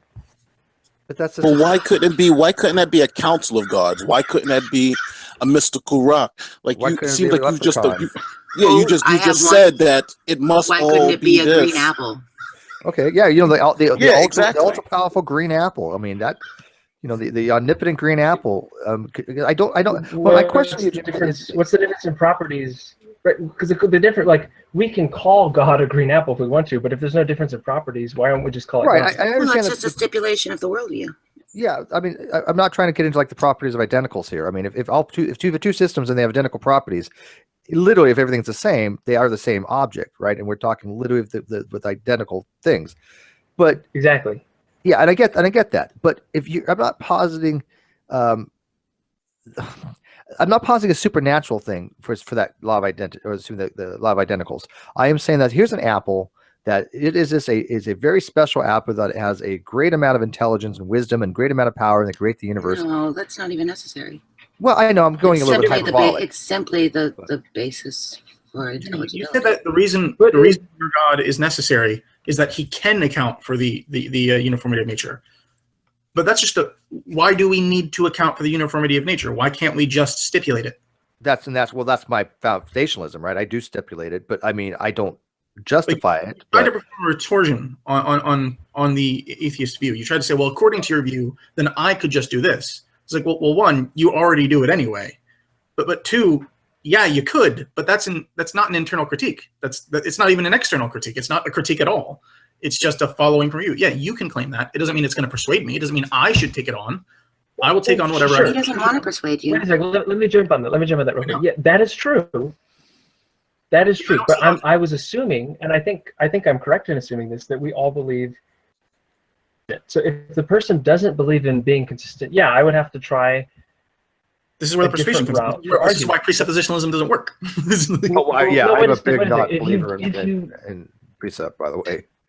I think it's absurd. If you reject consistency, that's fine. Like, okay, this argument doesn't work then. Presuppositional, yeah. I think your statement before is relevant here, right? You said, I guess I gotta take it up here soon. It was Steve that said that the person who rejects the existence of reality is starting to go toward the spectrum of insanity. And I would say the same thing about the person who rejects, who believes that they can just contradict themselves left and right, and that's fine. But I can contradict myself. It's like if I wanted to, I can contradict. I have the ability to contradict myself. Everyone, in fact, you're misunderstanding what I mean there by the word. I'm saying can rationally. Obviously, you can in the very trivial sense. Can someone broadcast 13? Yep, I got it. The foundationalist defines rationality by their definition of proper, right? The basic belief is rational by virtue of meeting these criteria of proper, right? That's just what it is to be rational. I've talked to you about this before. If we don't have a shared definition of rationality, then our views are incommensurable with regards to that. The thing is, the foundationalist has a theory of rationality, and it's just different from your theory of rationality. Saying that, you're trying to say that... But that's not the... Hold on, wait a second. If I agree with you, we're in agreement there, but the problem is that there are other properties of rationality that the foundationalists will give, right? Like, for example, I've never met a foundationalist who will not agree that being warranted beliefs is a necessary precondition of attitudes, right? Like, it doesn't make sense to have beliefs that are unwarranted. All foundationalists say that there are beliefs like that. Those are the properly basic beliefs. Yeah, yeah. And also, another standard of rationality is being consistent, right? Is being inherent. Yeah, that's just part of the definition of rationality. But what about beliefs that are unnecessary? As soon as I can show that that system does not follow itself. But I don't think I've ever done that. I've demonstrated that. I've demonstrated this view is irrational. The problem is that you're adding something that's unnecessary. The definition of rationality is itself internally consistent, and the properly basic beliefs themselves are consistent with each other, and so the properly basic beliefs meet the definition of rationality by which makes them properly basic. Oh, he could. Yeah, again, Frank, if a person wants to be inconsistent, that's fine. Like, I can't... I'm saying that they're being perfectly consistent. I'm saying that when you define rationality with respect to properness, proper basicality, then those beliefs are by definition rational. They're not... So this is the issue I have with Steve. Steve says they're pre-rational. A lot of the foundationalists will say they're pre-rational. No, they're definitionally rational. The probably basic beliefs are inherent. Okay. Part of the definition. Here's an example of this issue, right? Let's say there's a person who believes they don't like chocolate chip cookies. Find themselves as a person who doesn't like chocolate chip cookies. That's just definitionally true. We walk out into the living room one night to find them stuffing their face with chocolate chip cookies. They're moaning and groaning, oh, these chocolate chip cookies are so good, right? Now, what is the rational conclusion? Well, obviously, they are deluded about the nature of who they are, right? They have defined themselves in an incorrect way. Or they have defined chocolate chip cookies in an incorrect way. It's not just changing the defining. Can we not be? Let's not be pedantic. Let's not be pedantic. That's yes, obviously something. No, that's kind of important. That's kind of it's not a pedantic thing. When at the time when they said, "I'm a person who doesn't like chocolate chip cookies," they're either misdefining themselves or they're misdefining like, or like they could be. But either way, either way, they're definitionally incorrect. Well, there's another problem here, though. What if the person legitimately doesn't like chocolate chip cookies, and they're eating them because they need to bring up their blood sugar, but they can't stand them? Or they're just but yet you're insisting that they like them. Yeah, in the scenario, the example presumes. Or there's lying again. They like cookies pretending they're liking them. The example assumes that they like chocolate chip cookies, but they're just denying it. But what if they legitimately don't like the cookies? Sure, exactly. You sitting there insisting that they like the cookies is kind of stupid. And that's kind of what I hear when I hear presuppositions. They're like, they're insisting we have to have this deity that I don't think we have to have. I don't see it as a necessary precondition. I'm sorry.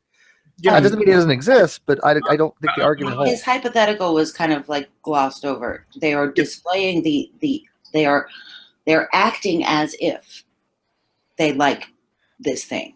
I understand that, but I'm taking it back, basically trying to point out that I don't think it's a good analogy. Yeah, you're sort of denying him his hypothetical. Is my only objection there. So, and I'm not buying the hypothetical necessarily, but to deny the hypothetical on the basis of we've given examples of the person, like for example, the analogy is not an argument. The analogy is an analogy. Like, let's not conflate the two. The analogy serves the purpose of explaining something, not arguing something. So in the analogy, we have a person who's deluded. Analogy explained. It explains the fact that just because a person is deluded in a way where they define things improperly, views of the person who sees that incommensurable with the person who's defined that way. In fact, psychologists deal with people who are like that all the time, and you know what? They're cured quite often. But it doesn't give more credence to the person looking at them and saying that they're lying either. Yeah.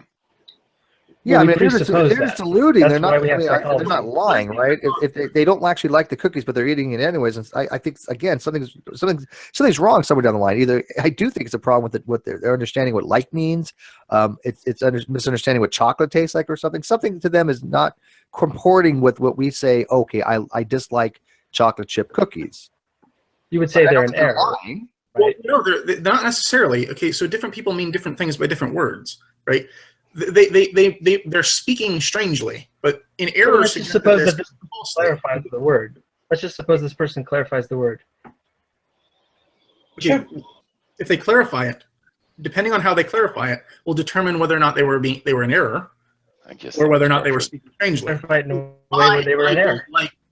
So if I say bye, I don't like chocolate chip cookies. What I really mean is I love to eat them. Like I get this great. Well, you're making it into a semantic. They despise them. They don't like them. They don't taste. And by don't like, they mean something fundamentally different than what I mean by don't like, right? And when they say these chocolate chippies are like so, you guys are missing the analogy so bad. Like the point is not to focus on the epistemological issue of interpreting the person. The analogy serves the purpose of showing that there are people who are actually deluded about a matter. But the fact that they're deluded about it doesn't actually serve to make their views incommensurable with other people. We deal with them all the time. Yes, but we're not claiming to be deluded. I'm objecting to the analogy because the analogy just assumes. Hold on, the analogy just assumes that someone who says I don't enjoy chocolate chips and happens to be eating a chocolate chip. There's no other reason for that act except for they're deluded. That's there not could what be I other said. reasons. Because it seems like you just jump to that conclusion based on that's not the analogy. That's not the analogy. Well, can you clarify then? Please clarify the analogy then. He's just saying that there are people who are deluded, and we're not. I don't think we're arguing really with that. Exactly, it's kind of non-controversial, and we're getting how all does off that into the relate weeds. to the claims of our epistemology, though? Right? It doesn't. Okay, it relates to epistemology because your response to my argument was to say that anytime a person defines rationality as their foundational beliefs, and then I object that those foundational beliefs don't fit their criterion of rationality, work as an argument because they've just defined rationality that way. But my response is, fit their criterion no, actually. One at a time, please. Makes it difficult to hear what's going on. Just for because I'm in charge. The objection ignores the fact that when people are, that is, they posit, for example, a notion of rationality that they do not then follow, and in fact cannot follow, and even trying to follow that rationality, make their view incommensurable with somebody else's. Neither does somebody else's disagreement with that, which is correct, their view. And even if they choose to be so deluded that they will continue to suggest that irrationality is rationality and rationality is irrationality, it won't make the views incommensurable, who are that deluded all the time, and they actually come around. Did you say choose to be deluded? Yeah, no one here is claiming to be deluded.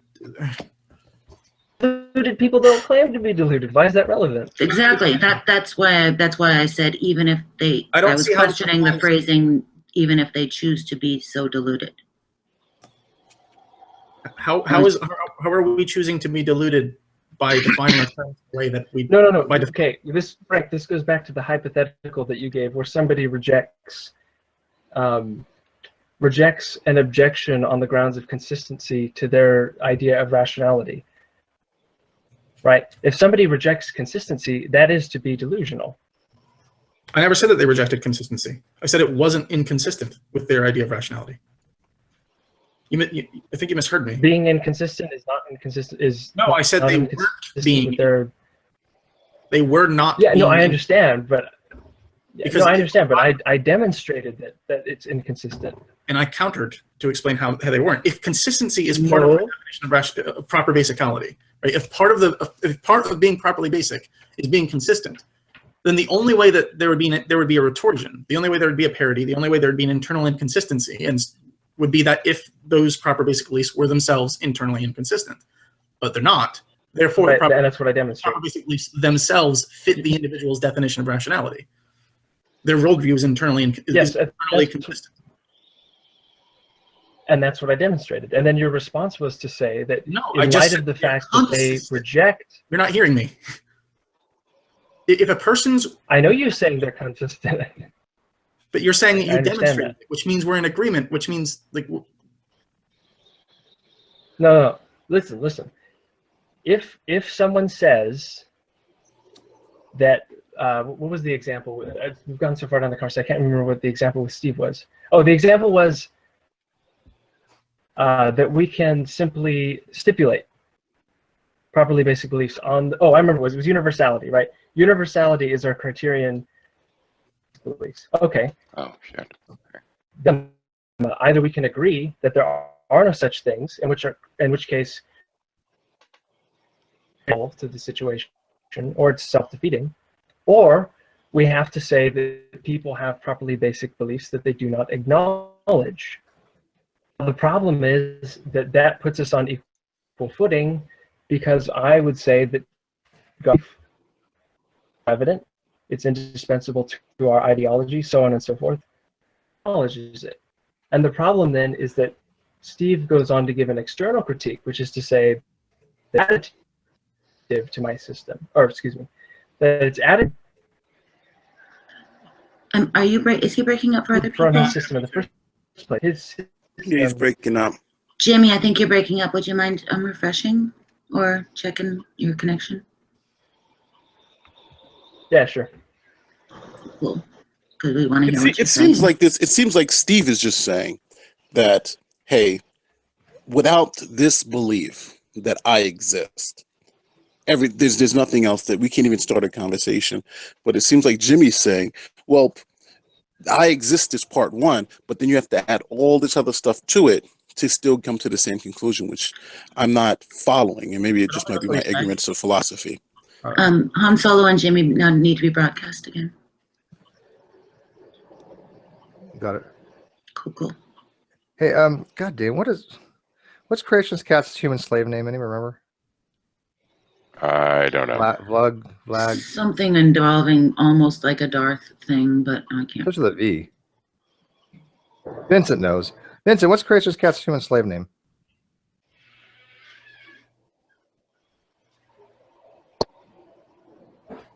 Continue on. By the way, I'm sorry. I'm. Thank you for the non-sequitur. Verbatim. Thank you. Yeah. Yeah. Thank you. I'm like critiquing you in your own room. Hey, Lydia, you got control. Take control of this room. I don't have any control over this room. I'm just trying to translate, because I feel like people are talking over each other, and I get what Jimmy's saying, and I mostly came in to try to mediate that color thing, but I missed that conversation. So now I'm just kind of sitting here going, I understand what he's saying, and he's not hearing what he's saying. So let me see if I can bridge that gap just for a second. What kind of frustrates me is, there's kind of this simple notion of what is, and we accept, things like our own existence and what have you. And it kind of frustrates me a little bit when people start feeling the need to pile unnecessary stuff on top of that. That's not what he's At the end of the day, what is, regardless of what you throw in there to try and present, what you want the direction to go. Essentially, it seems to me this is more or less a God of the gaps argument. We don't know, and we can't justify. So now here, well, they're not even going to the we don't know. They're just adding this extra step that's unnecessary. It's just asking for Occam's razor to come take a swipe at it. Let me see if I can't put it this way. So I think this would be accurate to say. I think Steve has a notion of properly basic beliefs that rules out any system of epistemology which denies his criterion of properly basic beliefs, right? Now, the problem is that wrong. I think you're wrong with that. Let him finish. Yeah, please. The problem is that in following that criterion of properly basic beliefs, it actually allows for which deny outright his criterion. So it has to hold the affirmation and negation of the principle that worldviews which contradict his criterion of properly basic beliefs are false. See, I'm on board with that in some of it, because I think that some of our properly basic beliefs, what we use to function in the world, are false. I think that they're maps, which yes, they are necessary for functionality, but that doesn't mean that they're true. And I actually have gone underneath a few of them. And so I don't hold them. But I think that acknowledging their utility is one thing, claiming their truth is another. And I think that the God belief, I don't really acknowledge that as one belief, for one thing. What you claim, Jimmy, I don't see that as one thing. I see it as a huge network of beliefs, which you're lumping into one. But that's a whole nother issue. I apologize. But it's something I'd be interested in talking to you about sometime. Anyway. It reminds me of how annoyed I get when people try to boil down a worldview based upon one small aspect of it. Yeah. I wanted to ask the uniformity of nature. That's basically what everything boils down to, that, right? So we can't really do anything without the uniformity of nature. Well, there are other things too, right? Like we can't. We could talk about the reliability of our cognition, our cognitive faculties. We could talk about the normativity of laws of action, right? Ethics. We could talk about.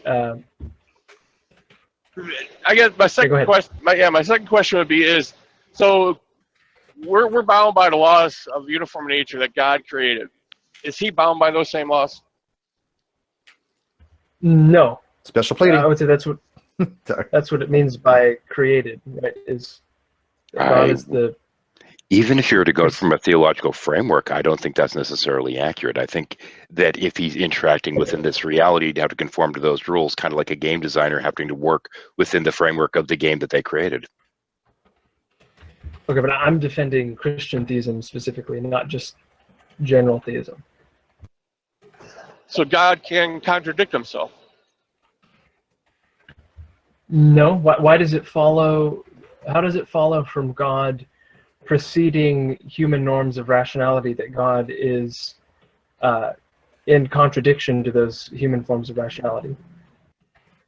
Well, I asked if God can, if He's bound by the laws of uniformity of nature and all that, the laws, and you said He's not bound by those laws. So then He could contradict Himself. I'm not saying where's the middle step there. Like why? I don't know. When you talk to me, you got to dumb it down on that. I don't know anything about philosophy. Sure. He's saying that God can use hacks.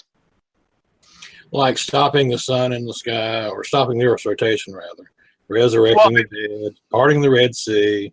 These are against the laws He established. God's got cheat codes. Yeah. He established these laws. Hold on. God they're mode. not against. I wouldn't say they're against anything, right? What I would say is that they're just irregular events, right? Because I think everything is caused by God. So if something happens, some law governing the event, it's that there's God governing the event, and miracles take place where God does not govern them in a way that's astronomically speaking. Do you know what would happen if you stopped, so to speak, the sun in the sky, which would technically be just like halting the Earth right where it is? Yeah. Talk about a train wreck. Yeah. Oh. You'd kind of have a cascade failure because the gravitational masses would affect each other, and that sudden stop, considering the movement rate alone, just. That would be to beg the question, right? Like that would be to assume that things like.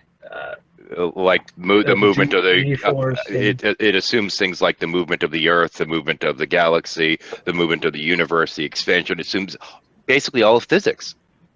Yeah, are you talking about is applicable in that situation in the same way as in any other situation, right? And that's exactly what's being created in the instance of a miracle. So it's just question begging to say this would mess it up. Thank you. Merry Christmas, everyone, by the way. Merry Christmas, I haven't been around much. It's okay. We haven't forgotten about you too much. Well, I just heard you talking about properly basic beliefs. I just woke up and I'm just having my cup of coffee, and I heard you guys talking about properly basic beliefs. So I thought you can actually unpack this at this hour. Good grief! And yeah, well, maybe it depends. I don't know what was being said about it. I don't know. We hardly ever talk about him anymore, except Jimmy came in. It became a natural extension of the precept thing. So Jimmy wanted to do precept. So right. One thing that might be worth pointing out is that there's different subsets of foundationalists, right? Like Steve, I think you're kind of assuming that a type of reformed epistemology, but not all foundationalists would agree that our most basic beliefs aren't justified. Like there are some who do argue. But Descartes is an example of someone who Cartesian foundationalism is like the easiest example of someone who believes that all of our beliefs are justified. Right, I do agree with reformed epistemology, but I always say that you cannot doxastically justify your properly basic beliefs, but there may be a non-doxastic way of doing it. There is, I'm not aware of it, but some people have argued that there are other ways other than doxastically justifying a properly basic belief. But I would leave that to somebody like maybe Ozzy that can argue that kind of position. I would be way in my ability to just tell. Justification. Steve. Well-groundedness, or is it like propositional justification, like inferential justification? I don't know what the way to go on that would be. I just heard that some people said that you could do that way. I don't know what the expression doxastically justify means. I don't know. I'm not. The Internet Encyclopedia of Philosophy has this distinction between like propositional and doxastic justification, and it says doxastic is well-groundedness, but then other people will use doxastic justification as in the way that beliefs are like inferentially justified from each other, and then non-doxastic justification would be like by the senses or something. I've read similar things, and I honestly I get confused, and I don't know which one's which, and okay, no, I do understand the distinction there. Okay, yeah, this is the jargon I'm more familiar with, or the way of cashing out that distinction is in terms of inferential and non-inferential justification. The idea is that there are forms of justification. There are beliefs that can be justified inferentially by a chain of inference, by applying inference rules. Like if A implies B, A therefore B, right? Well, if I come to the conclusion B and I used a rule like modus ponens to get there, I used an inference rule, I've inferred B from A, and if A implies B, right? So I've used two propositions and an inference rule to arrive at a conclusion. So there I've got a belief that is arrived at inferentially. I simply inferred it, right? But then there are some people who think that, well, not all our beliefs are arrived at this way.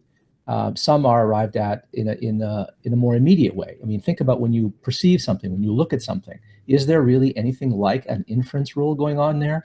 When I turn my head and I look and I see my coffee mug sitting next to me, right? Am I inferring from the visual experience that I'm seeing a coffee mug?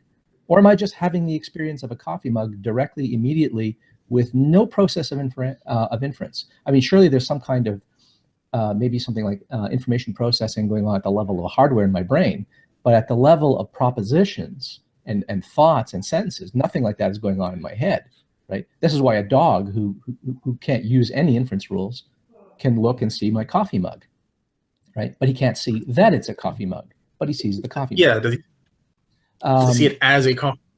Trivially speaking, there's some inferential going on, but for the most part, you don't require any kind of inferential to say, okay, I am looking at this exists. Well, there's a process going on. There's a causal process going on. But do you want to call every causal process an inferential process? That's the idea. Then you would have no distinction between a non-inferential, would you?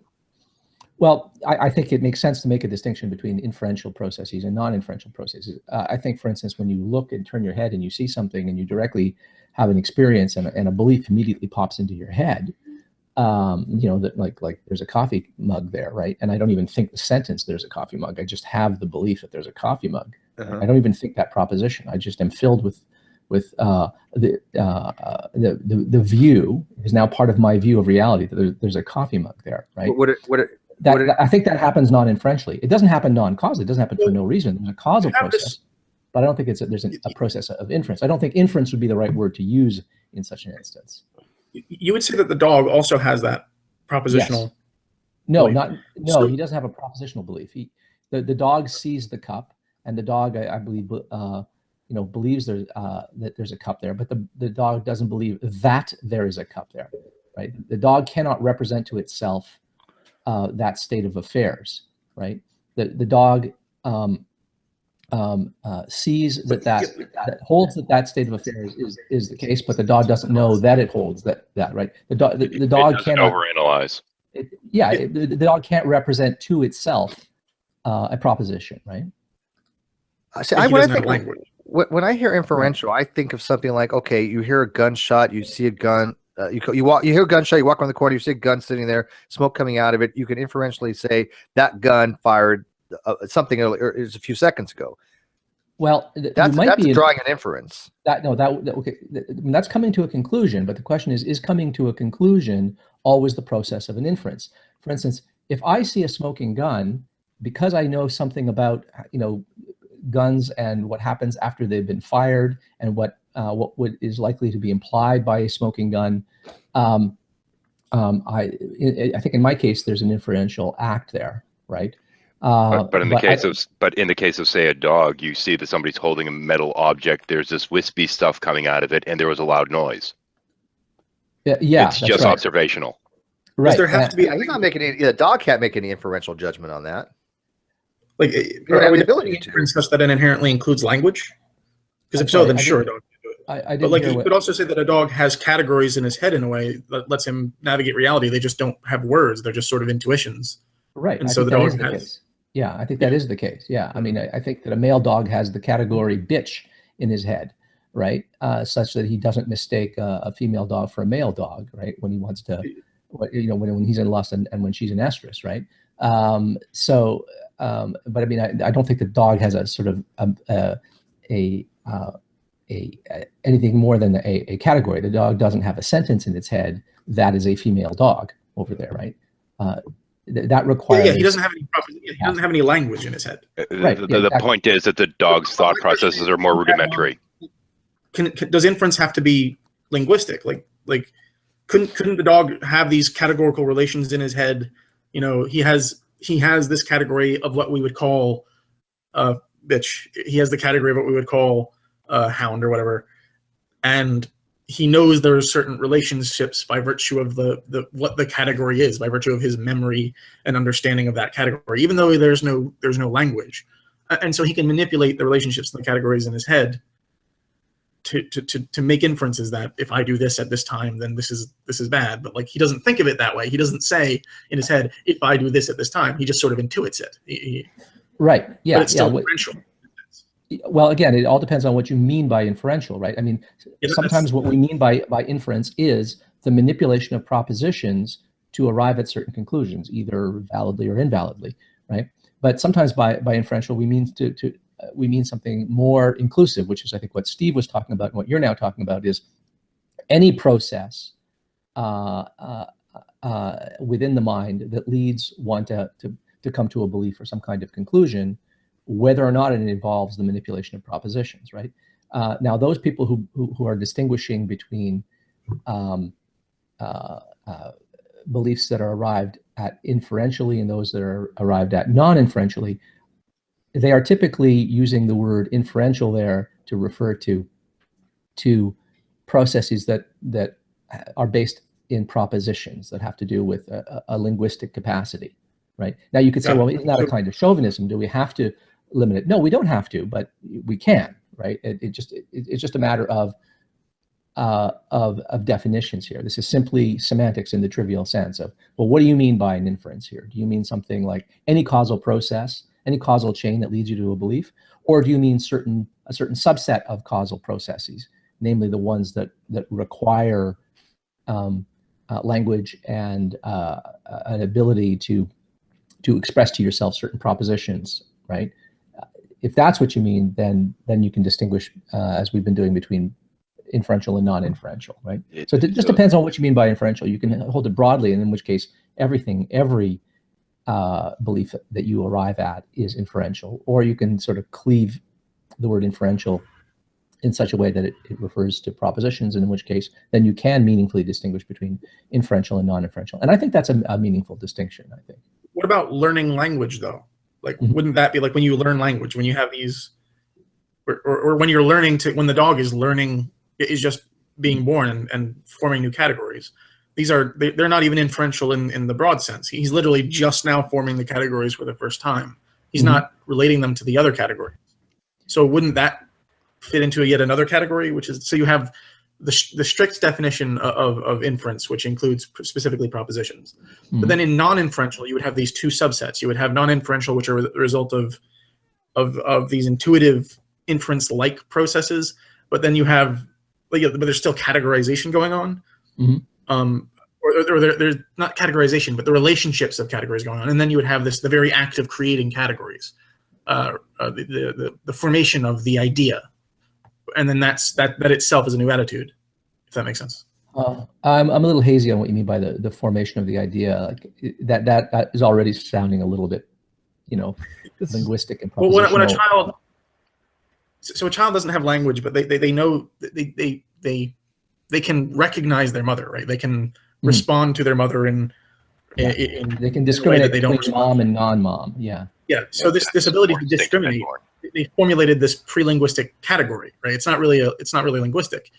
Well, a dog can also create these categories, and a dog can reason with non-linguistic categories because he knows the relationships between certain categories, and he could probably think through them. Like, so Aristotle had the example of the dog could sniff in one direction and on the road and sniff in the other direction of the road, and by process of elimination just go down the middle road or something like that. That would be inferential, even though it's not linguistic, it's not propositional. But on the other hand, you would have this truly non-inferential in either sense of inferential, either in the broad or the short sense. Whereas that's the first time the child begins to recognize their mother. They now have this new intention, right, in their head, and it's just this category which we would call mother, right? If that makes, and that's its own thing. It's like, yeah. So the idea is that the child initially doesn't have a mental category of mother, but at some point it acquires somehow something like the concept of mother, but it doesn't represent to itself, this is mom, but it is in fact able to discriminate or distinguish between that which is its mom and that which is not its mom, right? It doesn't mistake, any old thing for mom. Yeah, it's this person with familiar voice that has been hearing in utero for 9 months. Yeah, that might be part of the concept. Yeah. The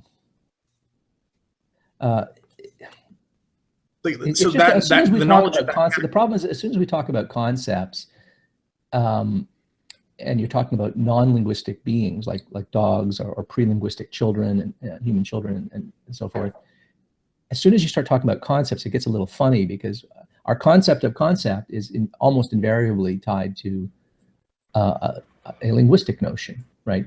The concept of a cup. I mean, okay, I'll give you a cup is a little ambiguous. Consider a twin cam engine. Okay, if there's a twin cam engine on my kitchen floor, okay, all right, I walk into my kitchen and I walk in there and I know what a twin cam engine is and I know what it looks like, and I go, hey, what's this twin cam engine doing right in the middle of my kitchen floor, right? I walk in and I see there's a twin cam engine. A gorilla could walk in and also see the twin cam engine, but what the gorilla could not see is that it is a twin cam engine, right? It can't form that concept, right? Now, his concept of. Go ahead. Yes. Like, are you saying that our concepts include the actual word, right? Yeah. In our case, our concepts almost always are specifiable propositionally with a that clause, right? I don't just see that I don't just see the cup. I see that it is a cup when I see the cup.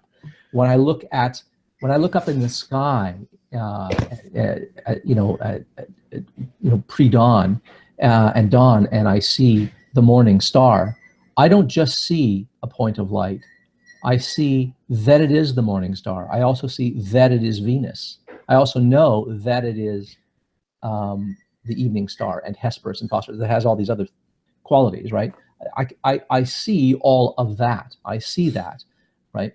But I didn't always see all of those things, right?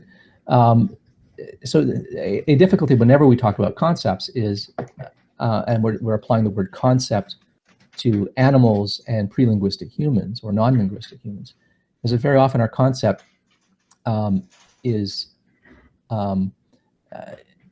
takes for granted that a person could express it propositionally, right? It's very hard to talk about mental states without propositions. You can't. I can't talk about a particular mental state that a dog is having, or a cat is having, or a pre-linguistic child is having without using language, right? I've got to use language, right? And if I want to characterize what its mental state is, I have to specify it using propositions. But of course, there's something, I'm kind of doing violence to what I'm trying to talk about here, because I understand that the dog and the pre-linguistic child are not operating with propositions. So the dog can see, the twin cam engine, but the dog can't see that it's a twin cam engine, but I could see both. But the only way that I can express what the dog is seeing right now is by saying, well, it's looking at a twin cam engine, it's having an experience of a twin cam engine, but it's not having an experience that is a twin cam engine, right? It's having an experience of a twin cam engine, just like I'm having an experience of a twin cam engine, but it can't experience that is a twin cam engine, which is kind of weird, right? Yeah, I get what you're saying, but I find it relatively easy to follow. I guess I'm... Well, that's pretty easy to follow. The distinction is not hard to understand. What I'm trying to get at here is that it's always hard to talk about the non-propositional mental states that an entity is having, because you have to use propositions to describe the mental state that it's having, which means you are not actually accurately describing its mental states. You're describing the mental state as you would have it, not as it has it, right? So you always have to do violence to the thing that you're trying to characterize, right? The mental operation, or the character or the quality of the mental state that you're trying to capture is never properly captured when you use language, when you're talking about a being that doesn't have language, right? Well, and also, if I may, right quick, there's actually been shown that having a word for a thing helps us really have the concept of it. For example, and I just put a link on the side that's referencing this, humans didn't even see the color blue until modern times, when we actually defined it into existence, so to speak, when we defined that differentiation point. Well, ironic timing. I think people could probably... the word helps it, makes it easier to specify. Like, but the thing, the actual sense experience has to precede the term. But we weren't able to differentiate blue until we come up with a word for it, and that's kind of the distinction. Well, how could we have come up with a word for blue if we couldn't differentiate it? No, we had to have been able to differentiate it. There just might not have been any systematic way to do so. Not the actual ability to differentiate. It's harder to differentiate. That's what I was going to point out. Is this is the controversy that came up with the rationalists and the empiricists, right? Is which comes first? Like, do we start out with these categories of interpretation and communication, right? Whatever they may be, if they're propositional or not? Do we have innate ideas? Are concepts inherent to our mind? All these things, do those come first? Or, Frank, like you were saying, do we in fact discover these things totally new, apart from any kind of pre-established? It's my view that it's both discovered and invented, because Chomsky. We have this natural disposition to do these things. But the natural disposition itself is broad and vague, and so when the disposition actualizes itself, it actualizes itself differently in each individual according to their culture and their environment and all the like. But development of the concept seems to be linked inexorably to the differentiation. Yeah. But the I would say both evolutionarily and linguistic and in the development of language, the perception is prior, but our ability to, because we've evolved to formulate language, we are more able to formulate languages, and so with that language more easily differentiate things, because we can pinpoint them out with a singular term, and we can create new categories. Yes,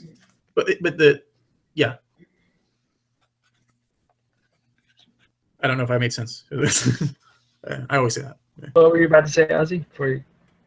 Oh, I was just anybody heard you. trivial point. I was just going to say that this stuff is really hairy. This stuff is hard to talk about because you're trying to talk about something that can't be talked about, right? You really are trying to talk about a mental state that is non-linguistic in nature. Well, how can you possibly talk about it in a way that is true to it, right? Yeah, asking somebody that's pre-linguistic won't help you any. Ozzy, were you listening in when we were talking about qualia and my I don't know if this is a firm position, but that I was saying I don't actually think that the color red exists except only in our minds, as we are perceiving that to be the color red. But if we didn't exist, that condition, that universal that's called red, wouldn't really even exist. Now we can assign a wavelength to it, right? We can say, okay, anything that falls in this wavelength. But what we're actually perceiving is a matter of perception, and that to perceive that you have to have people. But does that make sense? Well, yeah. I mean, qualia is the inner subjective mental experience, right? It's the subjective mental quality. That's why we call it qualia. It has to do with a qualitative character, right? So, I mean, the color red isn't a certain wavelength, right? Certain wavelengths may occasion an experience of redness, but that experience of redness, that thing going on in your mind, right? That the raw feel, as it's sometimes said, the raw feel of redness. Right? The red blare of a trumpet, the way things seem to be to you, that seeming, right? That's the qualia. That's what people mean by qualia, right? That is, it would seem, at least on its surface, at face value, it would seem that all our knowledge of the world is mediated through qualia, through these raw experiences, right? There's really no other way it could be, because I mean, in order to have it be otherwise, you'd have to step outside somehow of what it is to be human. Yeah, I mean, no, not even that. Like step outside. I mean, in order to read an instrument, you're still perceiving. Right. So you can't just put it off on an instrument. But I can say that there is, like, for example, my computer. I can say, okay, this exists. I mean, it has a physical construction to it, right? In and I'm not trying in to some way. I mean, there's something's going on. Yeah, right. But the color red itself, I don't know if it has existence. Well, in what way? What in order for something to exist, does it have to be a physical thing? Well, does a concept exist? Yeah, does it? There are concepts, right? I mean, we use concepts all the time, so they exist, right? We have to remember that exist is a funny word, right? Yeah, they exist as an abstract, at least. As an abstract, okay, they exist in an abstract, sure. Well, yeah, exactly. I mean, there can be different modes of existence. But see, but my computer would exist regardless of the humans or not, right? Nobody would know what it's called, but it would still exist. But would it be a computer? Does your computer exist? I think it still would. Yeah. An arrangement of something, a pattern of something. But I still think it'd be a computer, but I don't think, again, if we didn't exist, would an actual color exist if there wasn't anything to perceive it? I know this goes to the whole, if a tree falls in the forest, does it make a sound kind of thing? I think where Unspeakable was going with that, if we didn't have the word for a computer, would it still be rightful to refer to it as such? And yes, it would. Why? Because we do have the word for computer. So if we didn't have the word for a computer, well, we still have it. So even though we're imagining we don't have it, because we have it, we can refer to it as computer. You're basically saying we'd have a different term for it, but okay, I think you guys are missing my point. Whatever we call it is irrelevant. What I'm saying, if all humans didn't exist, there would be no perception of red anywhere. Would there? What about animal eyes? Yeah, we don't necessarily know the different spectrums that animals see in. Yeah, we would have no idea. We've never. They wouldn't call it red. Yeah, we've never communicated with an animal to see what they think of a color red, right? Unspeakable. I just want to the point I was making, I didn't word it well.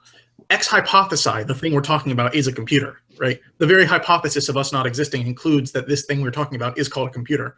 So I can call it a computer X hypothesize, right? You've already stated that it's a computer, that we just don't have a term for it. So that's a better way of putting it. The very hypothesis you presented presuppose that the thing we're talking about is rightly called a computer. As for Steve's point, I agree that without minds, qualia can't exist because qualia are mental, but they still exist, right?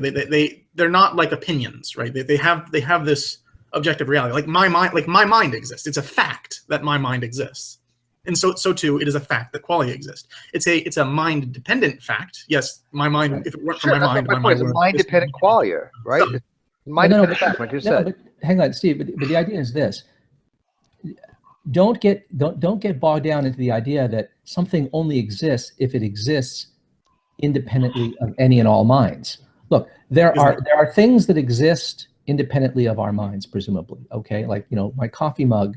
Okay, that hunk of matter presumably exists independently of anybody's mind, right? I mean, if every mind just died, okay, the universe would still be here, the coffee mug would still be here. It wouldn't serve anybody as a coffee mug, but it would still be the thing that it is. It would still be this object, right? It exists independently of any and all minds, okay? But there are also mind-dependent facts. So it's a fact that there's a coffee mug here, and it's a fact that there's a Mount Everest, okay? But it's also a fact that I have a toothache, okay? When I have a toothache. Okay? Do you have a toothache?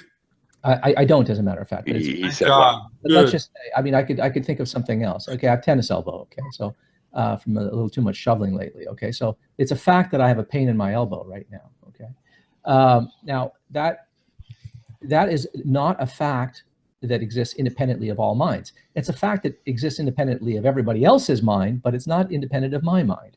There are mind-dependent facts and there are mind-independent facts, right? But if you were to say, well, if it's mind-dependent, it's not a fact, I would say, well, I've got news for you. You have a notion of fact that is leaving out relevant features of the world. I mean, it is certainly relevant. I mean, if you want a catalog of every feature of reality, you better be including pains and itches and tickles and orgasms and feelings of pride and shame and lust and disgust and every thought and concept that we have, because those are all features of reality. Right? You're not capturing reality if you have a vision of reality that excludes subjective mental experiences, right? Okay. So subjective mental experiences exist. Now, that doesn't mean that they exist in some spooky realm and in some Platonic realm or like non-physical. They may ultimately be groundable in the physics and materiality. That might be true. I mean, materialism. I mean, I'm not a materialist, but I mean, materialism might be true, right? You're not a materialist? No, I'm not. In either sense of the word, I'm not a materialist. But I'm not a dualist either, right? I'm what's called a neutral monist. I don't know what the ultimate ontology of reality is. I'm assuming that it's monistic, that it's not dualistic. So I'm a monist, but I'm neutral as to what the actual ontology of all of reality is, right? And I think our current conception of the physical isn't rich enough to capture a lot of the features of reality, like subjectivity, rationality, intentionality, consciousness. I mean, presently, our concept of material simply cannot account for those. Simply does not capture those. Doesn't predict that those features of reality would exist and arise at all. And so I'm sort of very agnostic as to whether or not materialism will ever succeed in that. It seems to me we've not made any strong progress on that. But that's another kettle of fish. But the point, Steve, that I'm trying to make here is don't make the mistake of thinking that something only is real or only exists if it's mind independent. Look, reality is clearly made up of different kinds of facts.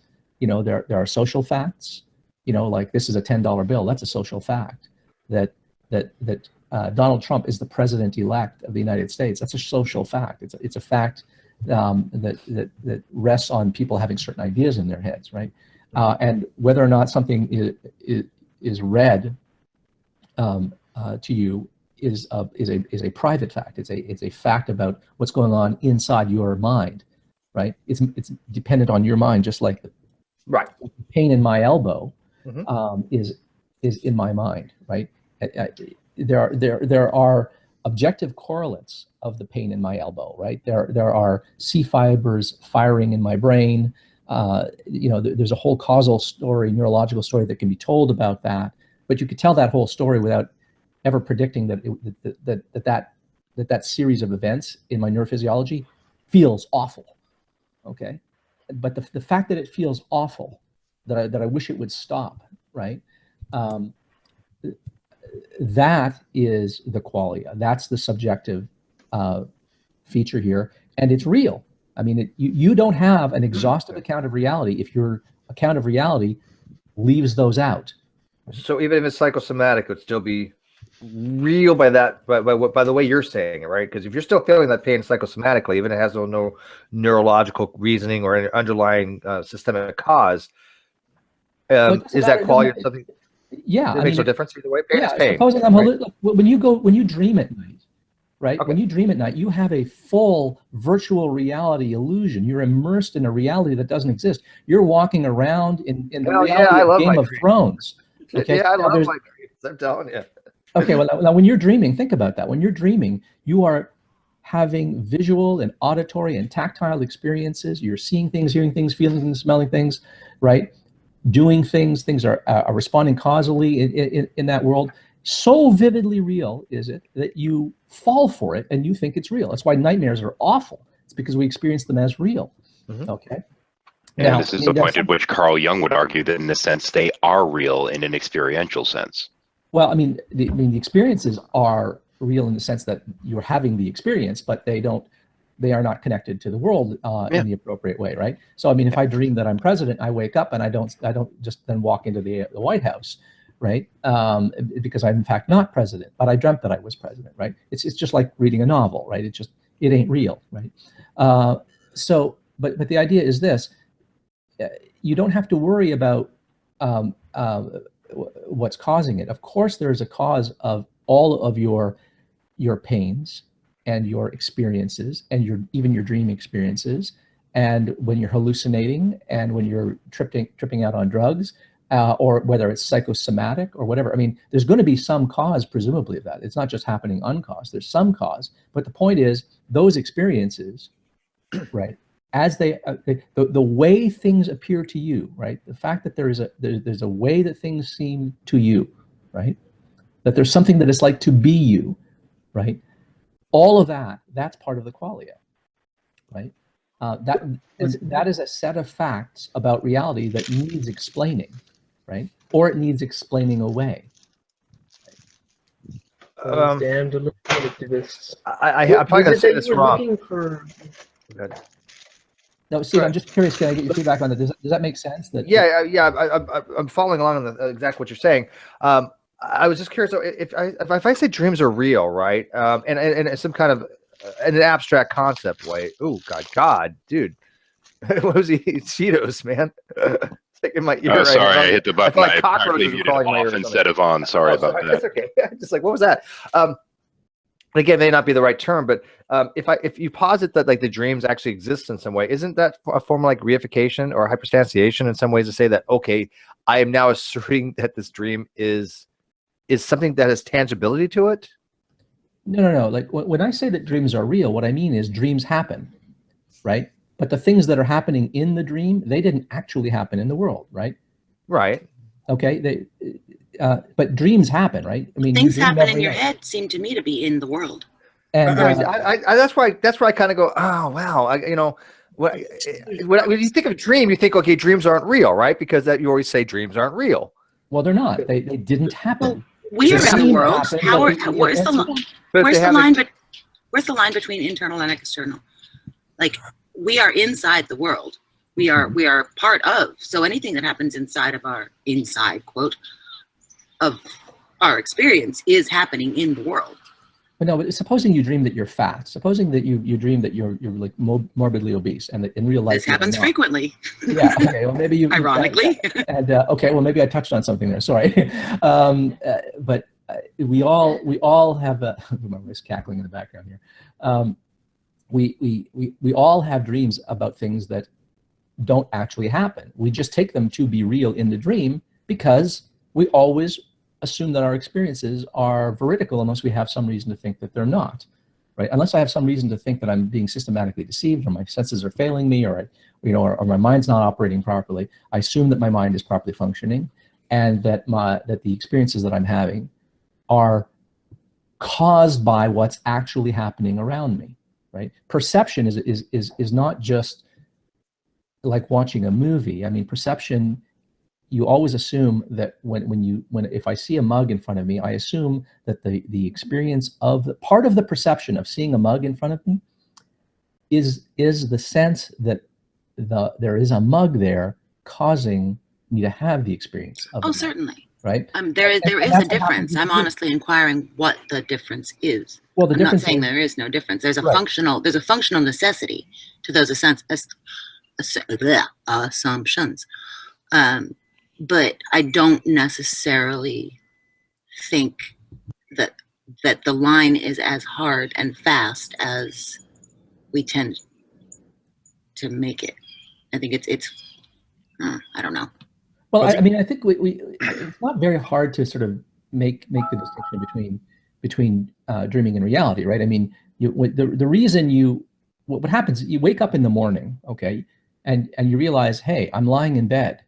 It seems to me that seconds ago I was, being, chased by some highwayman on horseback or something like that, and you realize the experiences that you're having now of being a 21st century person lying in a bed, and you remember going to sleep and stuff like that. All of those experiences you're having right now are completely at odds with the set of experiences that you were just having moments ago. And right. But how many times have I woken up? How many times have I dreamed that I was going into the bathroom and taking a pee, and then realizing I still had to pee, and then dreaming this? I repeatedly dreamed this, and then eventually I wake up and actually go to the bathroom. Right, but in only one of those cases did you actually go to the bathroom. You said it yourself, right? In only one of those did you actually go to the bathroom. In the others, you merely had experiences of going to the bathroom. Right, but sometimes you weren't difficult actually to tell. experiencing. Well, of course, but the fact that you can't tell the difference between two states doesn't mean that there's no difference between the two states, right? The very notion of dreaming is like the notion of hallucination. It's the concept that you can have experiences that are indistinguishable from the real, the experience that is actually caused by those things, but where those experiences are not caused by those states of affairs. So the idea is a veridical perception is a perception where the perception is in fact true in the sense that the perception is in fact causally the result of what you think it is. And a dream or a hallucination is an instance where you have exactly the same qualia, the same first-person subjective mental experiences, but they are not given rise to by the state of affairs that you thought that it was giving rise to them. They are simply the products of your mind. It's simply neurons firing in your brain, and neuron firings in your brain not caused by the state of affairs that would ordinarily occasion that experience, right? I mean, it's not a very problematic concept or distinction, right? I mean, we do it all the time. It's how we manage every morning to wake up and go, "Ooh, I was dreaming," right? But there's no guarantee that experience of waking up and going, "Whew, I was dreaming. Man, that was a terrible nightmare. I'm glad I'm not actually in that situation." There's no guarantee that you are not in that very moment still asleep and dreaming that. I mean, I've had the experience. We've probably all had the experience of dreaming within a dream, of waking up from a dream and going, "Phew, I'm glad that's over." And then you wake up from that and you realize, "Holy hell!" Right? And I've had iterations of this. I was studying Descartes at the time, and the dream argument, and this was on my mind an awful lot. And I can remember waking up and then waking up and then waking up and going, "Holy hell! How long does this rabbit hole go? Like, how many times am I going to have this experience of waking up and passing on to logical judgment on what I just experienced and saying that wasn't real, but this now is real?" I mean, there's no way to tell, but that's because all of our experience of reality is mediated by these seemings, by these perceptions, right? And there's nothing else to go on, right? It's all we have. I think maybe Steve, when you were earlier talking about the extramentality of qualia, maybe what you meant was that qualia are not opinion dependent, so that in the state of knowledge where I'm experiencing qualia, my beliefs later on about that state have no effect on the matter of fact where I was in these seemings or experiencing the qualia. Well, No, right, I like don't I can know. see. Would a quality have changed though? I mean, our percent, like okay, like I mentioned with the experiment with the glasses, that when the teacher gave the student the glasses and everything was upside down, their brain corrected that, right? Their quality had changed, right? Even it was the brain that did that. So could the quality change for how our perception of red is? And I'm not talking about like with rods and cones and like that. I'm talking about an actual perceptual change that's completely in our brain. But that's what I'm saying, right? It's like the question you're asking presupposes that there was some difference in the experience of the eye of the beholder, right? Like if I'm seeing the color red and then I look away and I see something that's blue, right? That hypothetical that I was just talking about right there presupposes that it's a historical fact that I saw something red, right? And it makes no sense to bring up the situation where I see red and then see blue and then ask whether or not I saw red. Like that's the very thing being presupposed, right? And your opinion. Well, I mean, I don't have to. Again, though, if I said I thought I may have seen something red, my brain posited as red, but then if I have to look at it again, I'm like, oh, you know what? I was actually, my brain was altered state, whatever. I'm actually looking at it now and realizing it's actually blue. The blue dress. Yeah, the blue green dress. Perfect example. Yeah, the blue purple. What is it? The blue, black, green, gold. That was a perfect example, right? Yeah, so it's not a historical fact because that was a completely perception. By the way, it was blue and gold, wasn't it? Actually, it was blue and black. However, some people saw it as white and gold. Yeah, that's right. It's blue and black. That's right. Yeah, that's a great example, right? Because I don't know how you can call it historical fact when we perceive things one way and then we maybe look at it at a different time and perceive things a different way. No, but okay, but think of the question this way, right? Like you looked at the blue and black dress. You're assuming there's a fact of the matter about the color of that dress when you go back to correct yourself, which means even though you thought, oh, I'm seeing a blue and white dress in this moment, it's actually a fact of the matter that you're not seeing blue and white in that moment. You were seeing black and gold, or whichever way it was. There's an equivocation going on between the meanings of blue and white. Like the qualia, you are in fact seeing that qualia. Yeah. But okay, you said a qualia, but what was that qualia? What is the qualia you're seeing? Yeah, no, you're seeing the quality. So when we use terms qualitatively rather than quantitatively, when we're using the term red or black or blue to reference the qualia rather than the external state of affairs, we're using it indexically, right? I'm indexing my subjective first-person experience of blue. So when I see that dress, I actually am seeing a blue and black dress, right? Until I look at it from a different angle, in which point I'm seeing it differently. I am, it's this is how it works, right? But on the other hand, the question is whether or not I'm seeing it blue and black in the sense of the wavelength of blue, the wavelength which we associate with the term blue, or the wavelength which we associate with the term black, as opposed to that qualia which we associate with the term blue, or that qualia which we associate with the term black. Right? The qualia is indexical. You can't, unless you're deeply self-deceived, you cannot be wrong about when you say that you saw blue or black. Right? That's incorrigible with the exception of self-deception.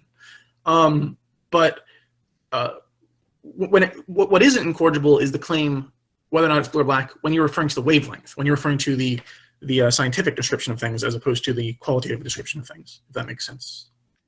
I think another way to put this potentially, and I'm not sure, I might have gotten lost a little ways down the line here, but when I see the color red, I can't necessarily verify that you're seeing the same color red in terms of qualia, but at the same point, we're both seeing the same thing.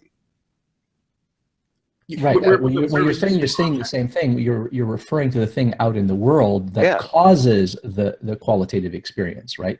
What we don't have access to, what we both have access to, presumably, is things in the world that cause experiences of redness and the sound of middle C or whatever. Okay, but what we don't have access to is one another's first-person subjective qualitative experiences. That presumably is private or something like that, right? It's forever isolated to yourself, right? What's that? We're forever isolated from experiencing each other's qualia, right? Right, and that's part of what Frank was talking about when he was saying that these experiences are indexical. They're tied to you. They're tied to the here and now, right? I am being appeared to redly here now, right? Adverbialism. What's that? He's always so deity-like. I appeared, and here I am in the hangout. I was summoned by my minions. No. I am being appeared to. Like when I look at a red, if I'm looking like at a, at a red card, I'm having the experience of redness, right? This is a way that people like A.J. Ayer used to express this. They would say things like, "I'm being appeared to redly," right? Right. I'm being appeared to. Something is appearing to me, right? In a red mode. Okay. Now, is that thing actually red? Well, I don't know. And you'll see it, and you'll say to me, "Yeah, it looks red to me too," right? But are we in fact having qualitatively the same subjective experience? Well, there's no way to check. There's no way to. There's no way to confer and find out what's going on in your mind, what's going on in my mind. All we know is that that thing that I'm calling red right now is systematically similar to all the other things that I've always been told were red, and that's how it is to you. But it could look a completely different color to you. We would still both call it red because we were told that that thing that we're seeing now, this is what we call red, right? So that's the right. That happens with colorblind people all the time, though, don't they? What? Certain people that are born colorblind, they maybe went their whole life saying this is the color that I'm supposed to call this, but then they find out they're colorblind and they're not seeing it. We know now that they're not seeing it the same way we are. We don't know what they're seeing, but right. We know the reason we are. The reason they discovered that they're colorblind in part is at a certain point they fail to make certain discriminations that the rest of us can make. Right. Or they just make mistakes, right? I have a friend who's green blind, for instance, and he can't distinguish certain colors, right? But he has learned little tricks so that he can sort of pass for someone who can see all the shades of green that the rest of us can. Okay, but so he's learned little tricks to cue in on and say, okay, when people are saying that it's this shade of green, it's because it looks this way in this light, and so he can do it sometimes, but he can't always do it, right? But it's precisely because he's not seeing things systematically in the way that we do that we're able to realize, oh, he's not seeing things the same way at all. He really is seeing things differently. There really are things he can't see that I can see, right? It's only because there are these failures of discrimination on his part that he can't. And it's sometimes hard for us to imagine a case like that. But imagine aliens come from another world and they say, there's this new shade of red that we see that you don't see. I mean, it's not new to us; it's new to you. But and you're like, what are you talking about? What other shades of red could there be? I mean, here's a continuum. I see all the shades of red, right? From a whitish pink to a purpley red, and every color in between. It's a smooth continuum of color. What shade of red am I not seeing, right? And you might think they could never, ever convince me that this shade of red doesn't exist, or that it does exist. You might say, because we have people like that. We have people on Earth like that now. Like, was it tetrachromat? Yeah. I mean, there are birds that see on a 5-based color system, right? And ours works on a tertiary system with 3 primary colors, right? I mean, there are literally insects and birds out there that see colors that we can't see. They make discriminations that we can't see. They insects that see into the ultraviolet, for instance, like bees and so forth, right? But anyway, but the idea is that even if everyone were to make all the same discriminations, so that we are all systematically proceeding in the same way, we would still have this leftover question. Yeah, but how does it look to you? Are you really, in fact, seeing the same thing? Because if your spectrum was inverted, exactly the opposite of mine, but systematically inverted, we would never be able to tell by pointing at objects. Because we would always call them the same colors. You'd say, yep, that's red, but it would look red to me and blue to you. But you'd still be calling it red. And we'd look at a blue object and the same thing would happen, right? And so we would never discover that. So the idea is that we don't see qualia. The idea is we have qualia. Don't think of qualia as an experience. It's not the thing itself, it's the experience of the thing. Right? It's the experiencing. It's experiencing. Okay, yeah, I can see that. Sure. Talking about the seeming that we're talking about. Yeah. Right. It's our experience of qualia. Doesn't that qualia, doesn't that experience have a physical. I mean, there are things going on in your brain when you see red or you see someone you don't like. Can't these be described physically too? Yeah, sure. Okay, but hang on though. Physical causes. Sorry. Hang on though. When you're talking about the experience of the thing, the way that we experience it is different on a lot of levels in terms of the way that that input is processed, and this is part of the differentiation from one person to the next in terms of qualia. Well, if we're having if we're having a dream, right? If I visualize the color red in my dream, obviously there's no external force thing. There's nothing. There's no photons involved. It's my brain actually conceptualizing this red. I'm trying to think how I should word this. That's what gets me confused, because if red is just based upon like a photon or something like that, and I understand that qualia is our experiencing of that. Is that the same thing as say that that the red has well, I don't know how to go with that. I mean, it's just weird to think that before you go any further, before Ozzy jumps out, can I ask him one quick question? What color is your cup and what's in it? Because you keep referencing the cup.